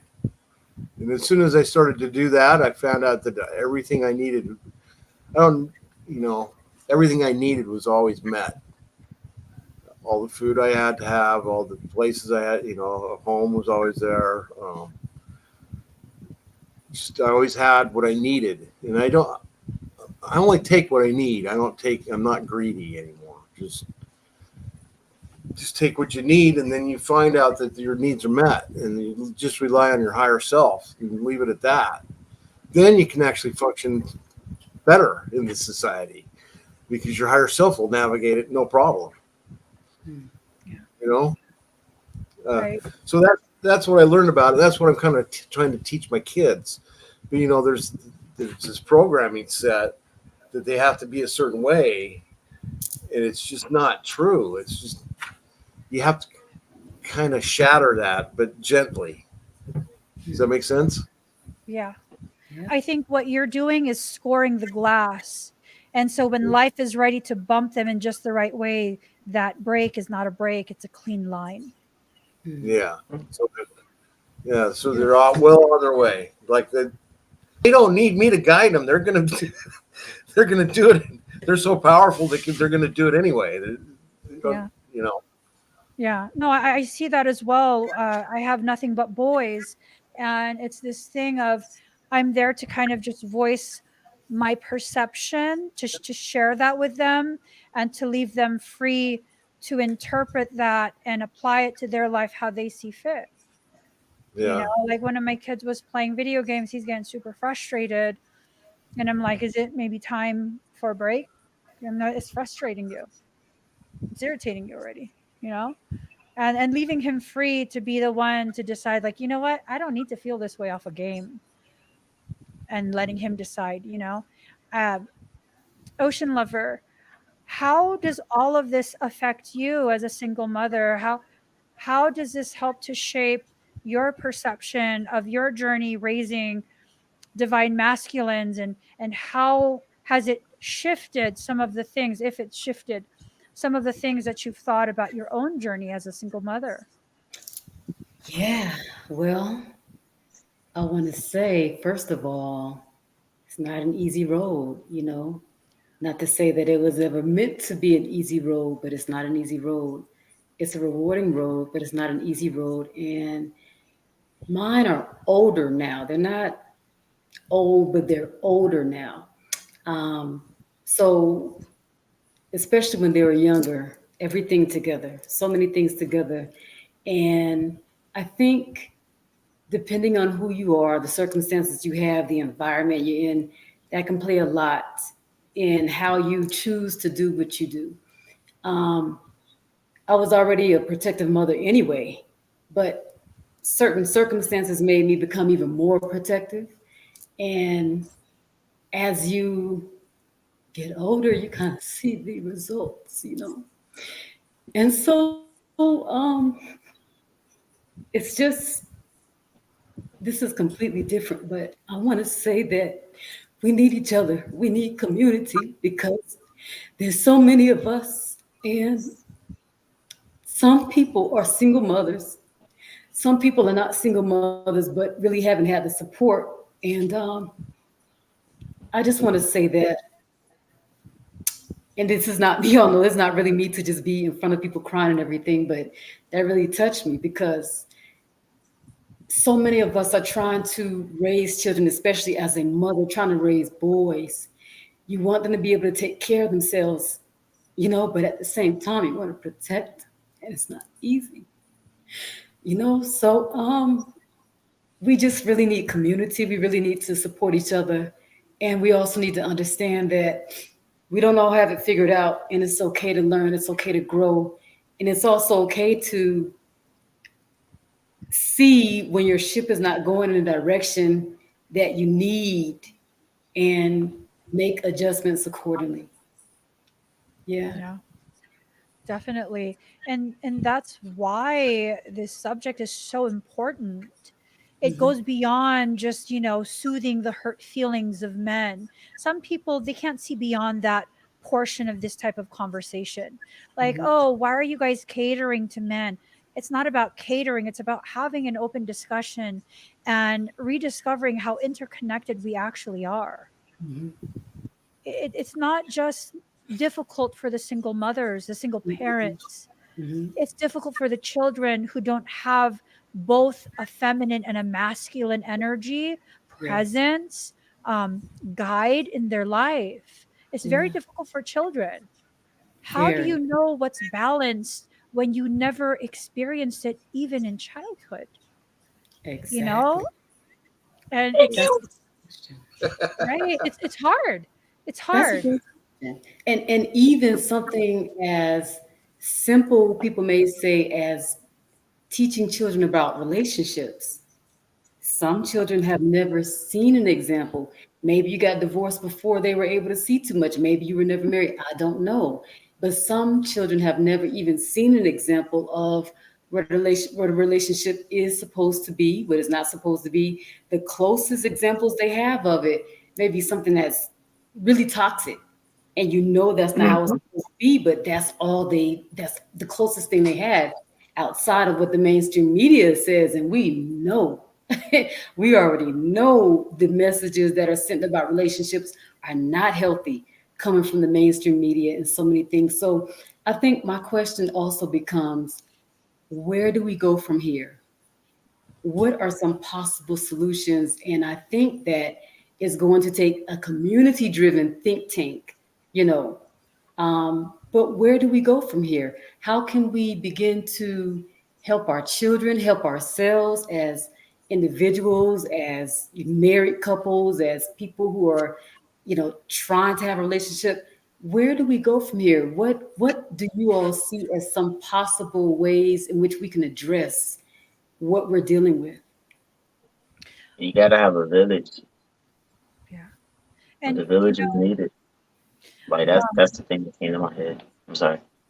no, I was just thinking about how, Ocean and I have had so many meetings over the past week, 2 weeks, about how to implement solutions. What do we need solutions for? And we did, along with Lindsay, create some, tentative plans of how we're going to form an initiative that encompasses various programs. And we shared with you guys previously our primary focus right now. The first focus will be single mothers from marginalized communities, those who need support. And the divine masculines are not going to be left out of this. Mm, This is about really creating that entire infrastructure for us to return back to a village setting where we mhm, all care about each other. We are interdependent, the mhm, healthiest type of dependency, interdependency, where I'm mhm, strong enough to do it by myself. But why should I suffer and struggle just because I'm afraid to ask for help? mm, Mhm. This That's recognition. that's the part. Yeah, and embracing that other people can be just as strong as me, and we can do this very efficiently mm. together with a Yes. common objective of further solidifying our harmonious existence together. There's no competition, there is no comparison, none, none. And every single program that exists right now seeks to cause competition and comparison. Mhm. Why? Yeah. Why? Because it doesn't want it's a couple reasons why that I can think of. One, they don't want that strong family dynamic back together. Because Mhm, once you have a very strong, powerfully set base, foundationalized family structure, the children that come from that family structure and then later on to the dynasty and the empire that is going to be built from that strong foundation, if those two come together and put their heads together and do what it is. And then the other thing is they don't want peace. Because if you have a nice foundation and interdependency and everybody is living harmoniously, that's a peaceful thing. And they don't want peace. They want everybody to be in chaos. They want the disturbances. They want the fear. They want to control. You can't control if you have peace and a nice family foundation. And the reason they don't want peace is because in peace we become homogenous, we become one people. mhm. Can't control us after that. Can't Yeah. control So you, and you definitely can't make money off of right. people like that. You messing with the money. You messing with the social control. You know. Yes, yes. And there's so much we can dive into that we'll Mhm, definitely go into in the private chat. Y'all, they've really created a ever expanding commodity of single parent households, mhm. having to do with a lot of the legislation, a lot of the fees and Yeah. fines that you have to pay, having to do with all of the hoopla with the child support. And I've come across so many different stories from people, their firsthand experiences of being encouraged by um, people from the court telling them that they should file for more child support. And they're like, no, this is all my child needs, and it's this thing of realizing so many of us have participated in a program that have really robbed our future, not just us personally, but our future. And I think the most powerful solution, most powerful way to start is to bring back the matriarch. The matriarch didn't have any patience for any of this bullshit. Way back when we existed in harmony, the matriarch did not have any time, any patience, any energy for this caca. Yeah. And I'm not going to sit here and be like it's the patriarchy's fault. No. There were things that got into the ears and the hearts of the patriarchy to cause a competition and comparison. That was the start of it. So we undo it from the beginning. We bring back the matriarchy. Matriarchs are not there for power and controlling clout. They're there as a strong individual who takes responsibility for the welfare of the entire group. That's at the heart of matriarchy.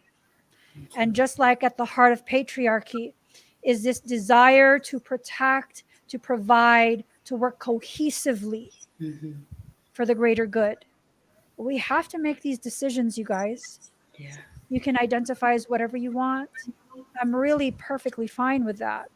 As long as whatever you identify as will empower you as you seek to empower the collective whole. No more comparison or competition. It's Yeah. so important. It's so, so I important. think it's kind of as free Yeah. and free. Yeah.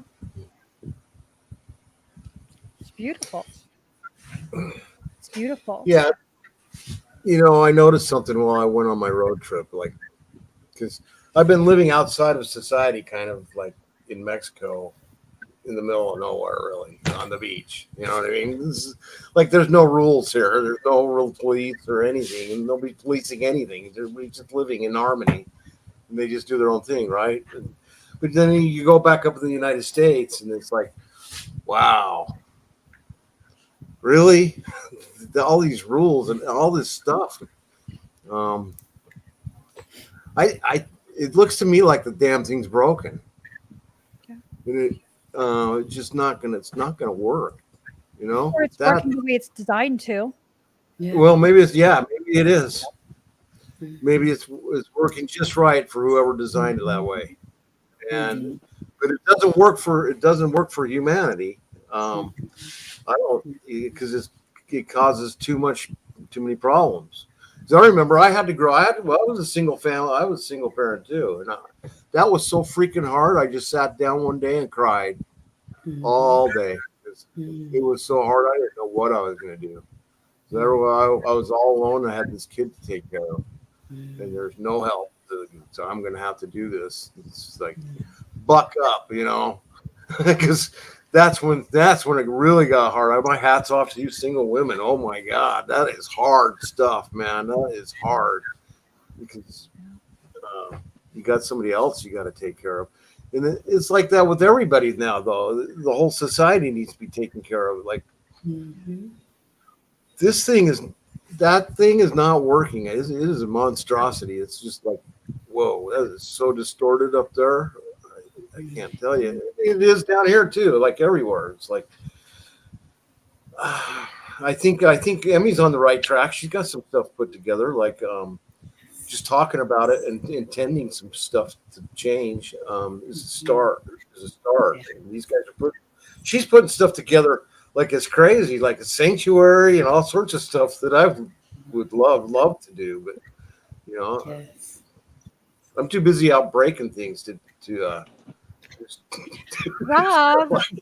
Rob, you started as an indigo, just like I started as an indigo, and you're in the process of transcending beyond the indigo frequency band. You are. Okay. I see it in you. That's a change. That's what's tangible. You went from indigo and you're well into that rainbow child frequency, and you're already in the process of being prepared to enter into that double diamond sun. Mm. Yeah, That's yeah, huge. I can see it. Double That's diamond huge. sun. A lot of what people think is that we need more legislature, we need more rules, we need more laws. The laws and the rules are not there to protect you. They are there to further disempower you so that you can depend on someone else to do what you are capable of doing. That's why they exist, not to protect you, not to empower you, to cause you to feel so disempowered that you would give your authority to someone else.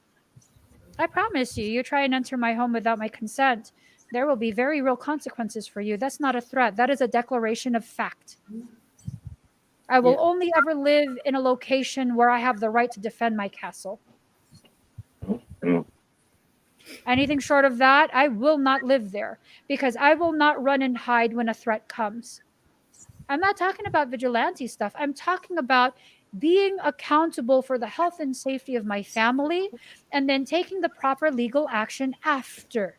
I'm not waiting no 15, 20 minutes for someone to come and save me.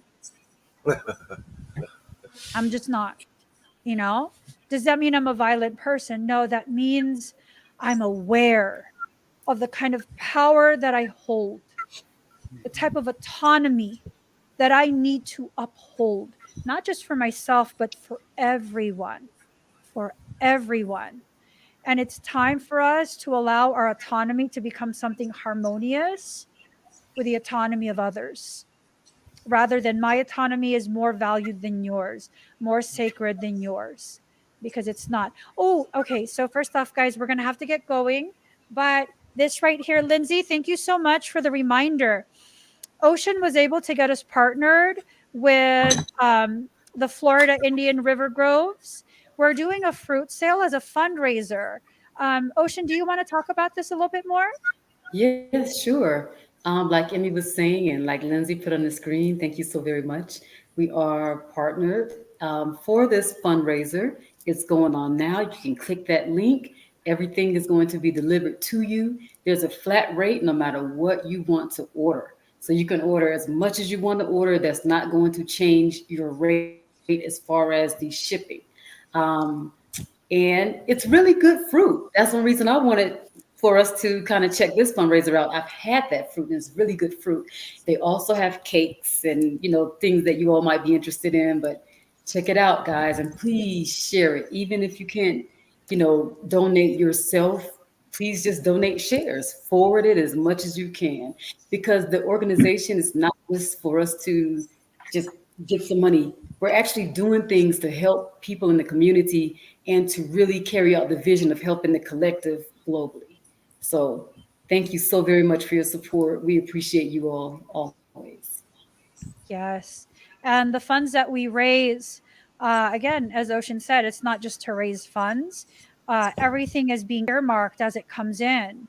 We're actually in the process of really, really pushing first for a completely free virtual ongoing program, various Mhm. types of virtual programs that we can utilize to provide support globally. Okay. Help you to change your mindset, empower yourself, find solutions, regardless of your gender, your orientation, your race, your creed, your geographic location. We don't care about any of that. We care about your wellness, your whole being wellness. In addition to that, we are trying so hard to really come up with the funds to begin pop up events where we can sell our baked goods. There's so many other Mm. flavors that we've been working on. We're trying to partner with coffee shops. Well, Girls, you're making me hungry. Ah, Man, what? in the right place. Wholesome ingredients, wholesome taste, for a wholesome cause. Oh my God. Mm, mm, yes, I think we're mm, all hungry for different things. And I Yes. think that when we begin to realize that we have spiritual chefs in our presence, we'll begin to understand the changes that are coming into this world, that none of us will be hungry for connection. None of us will be hungry for healing anymore. You know, we all have something to offer. Rob, do Yes. you want to quickly share your channel? I know you have a YouTube channel that you're working on, and Rob is also Oh, certified in my Coco 33 program. You're taking sessions, right? Paid sessions? Yeah. Mm-hmm. Yeah, we're taking clients on because see, Emmy teaches. She's got a great class, and it's way worth it to take that class because for some reason, whatever she does, it's like um, it just expands you so fast that it's incredible. I don't know what it's hard to explain. Just being in the presence of Emmy will expand your awareness uh, and your gifts. Like all of a sudden, you'll be aware of all these things you couldn't do before, and then all of a sudden they're just there. It's crazy. I mean, that's crazy. It's true. And so, yeah, my channel on YouTube is Mr. E. It's MISTERE and capital E. And I'm just doing a few little videos. There's nothing fancy about my channel. I'm not a fancy type of guy. We just do a video and post it. And I'm not even sure how to do any of this, right? So I'm just learning how to do all this fancy stuff. And we're going to put up a website. Me and my wife will put up a website. We're doing healings now. And, we practice on quite a few people. So um, we'd like to see some more clients. I think we're pretty good at it because Emmy taught us. And No, Emmy's you're pretty good good at at it, period. You're good at it, period. You really truly are. Ocean Lover is also certified in my Kokoro 33 program. Like, you guys are in good hands. Seriously. Very, very, very capable hands. Not just capable, but full of integrity and compassion. And, it. Yeah, and you can guarantee you're going to be safe because that's the first thing with Emmy is safety first. And it's like, yeah, there's no nonsense going on. It's going to be very, very safe space. And so I'm just grateful to be here. Thanks for inviting me to do this. It's very nice. Thank you. I you're love so it. Can I ask a question? Is that okay, Emmy? yeah. So, Rob, I want to go to it so I can actually subscribe right now, but I didn't see it. How can I get to it? Mr. E, I do have that. Is there another word I can put in there to bring it up? I don't know. I'm gonna look for the link right now and post it. Wonderful. Yeah. Guys, I isn't this don't. amazing? I hope that we all of us who want to go to that page, we go and subscribe. We support our fellow beautiful souls, fellow community members over there because we know Rob and Sarah are just beautiful people who are so talented. And I love to see this. I'm so glad that you brought that up, Amy. I'm so glad. Congratulations, as a matter of fact. Yeah, I'm not sure how to get there and get back. I almost lost you guys. There we go. Hold on. There we And go. I do have Then we another found question, it. Rob. I I mean, don't know. Andy found it. Nick found it. Everybody's found it. I'm about to go and get that later. Okay. Can I do that? Yeah, you guys subscribe to his channel. He's been traveling nonstop. I was like, oh no, he might not be home for the podcast. Rob, Doesn't matter. The only place that when I got into the Black Hills, the Black Forest, I couldn't get any. There was no phones, no internet, no nothing. That was deep. We were out there deep. So, but usually you can get internet or a phone or something. So, yeah. All right, guys, we're gonna head over to the exclusive chat on the soulsanctuary.love. I hope you guys are able to join us over there. If you're not already part of our recurring contribution, go check it out, the soulsanctuary.love. You can sign up for any level of recurring contribution, and that will give you access to our private conversations or chats. In addition to that, if you're in the United States, if you do the recurring contribution, we are a recognized nonprofit ministry. We are a recognized free church. Yes, free church. And so it is a tax deduction. This is not a membership. This is you supporting our ministry. And as our show of gratitude, we give you access to certain exclusive areas.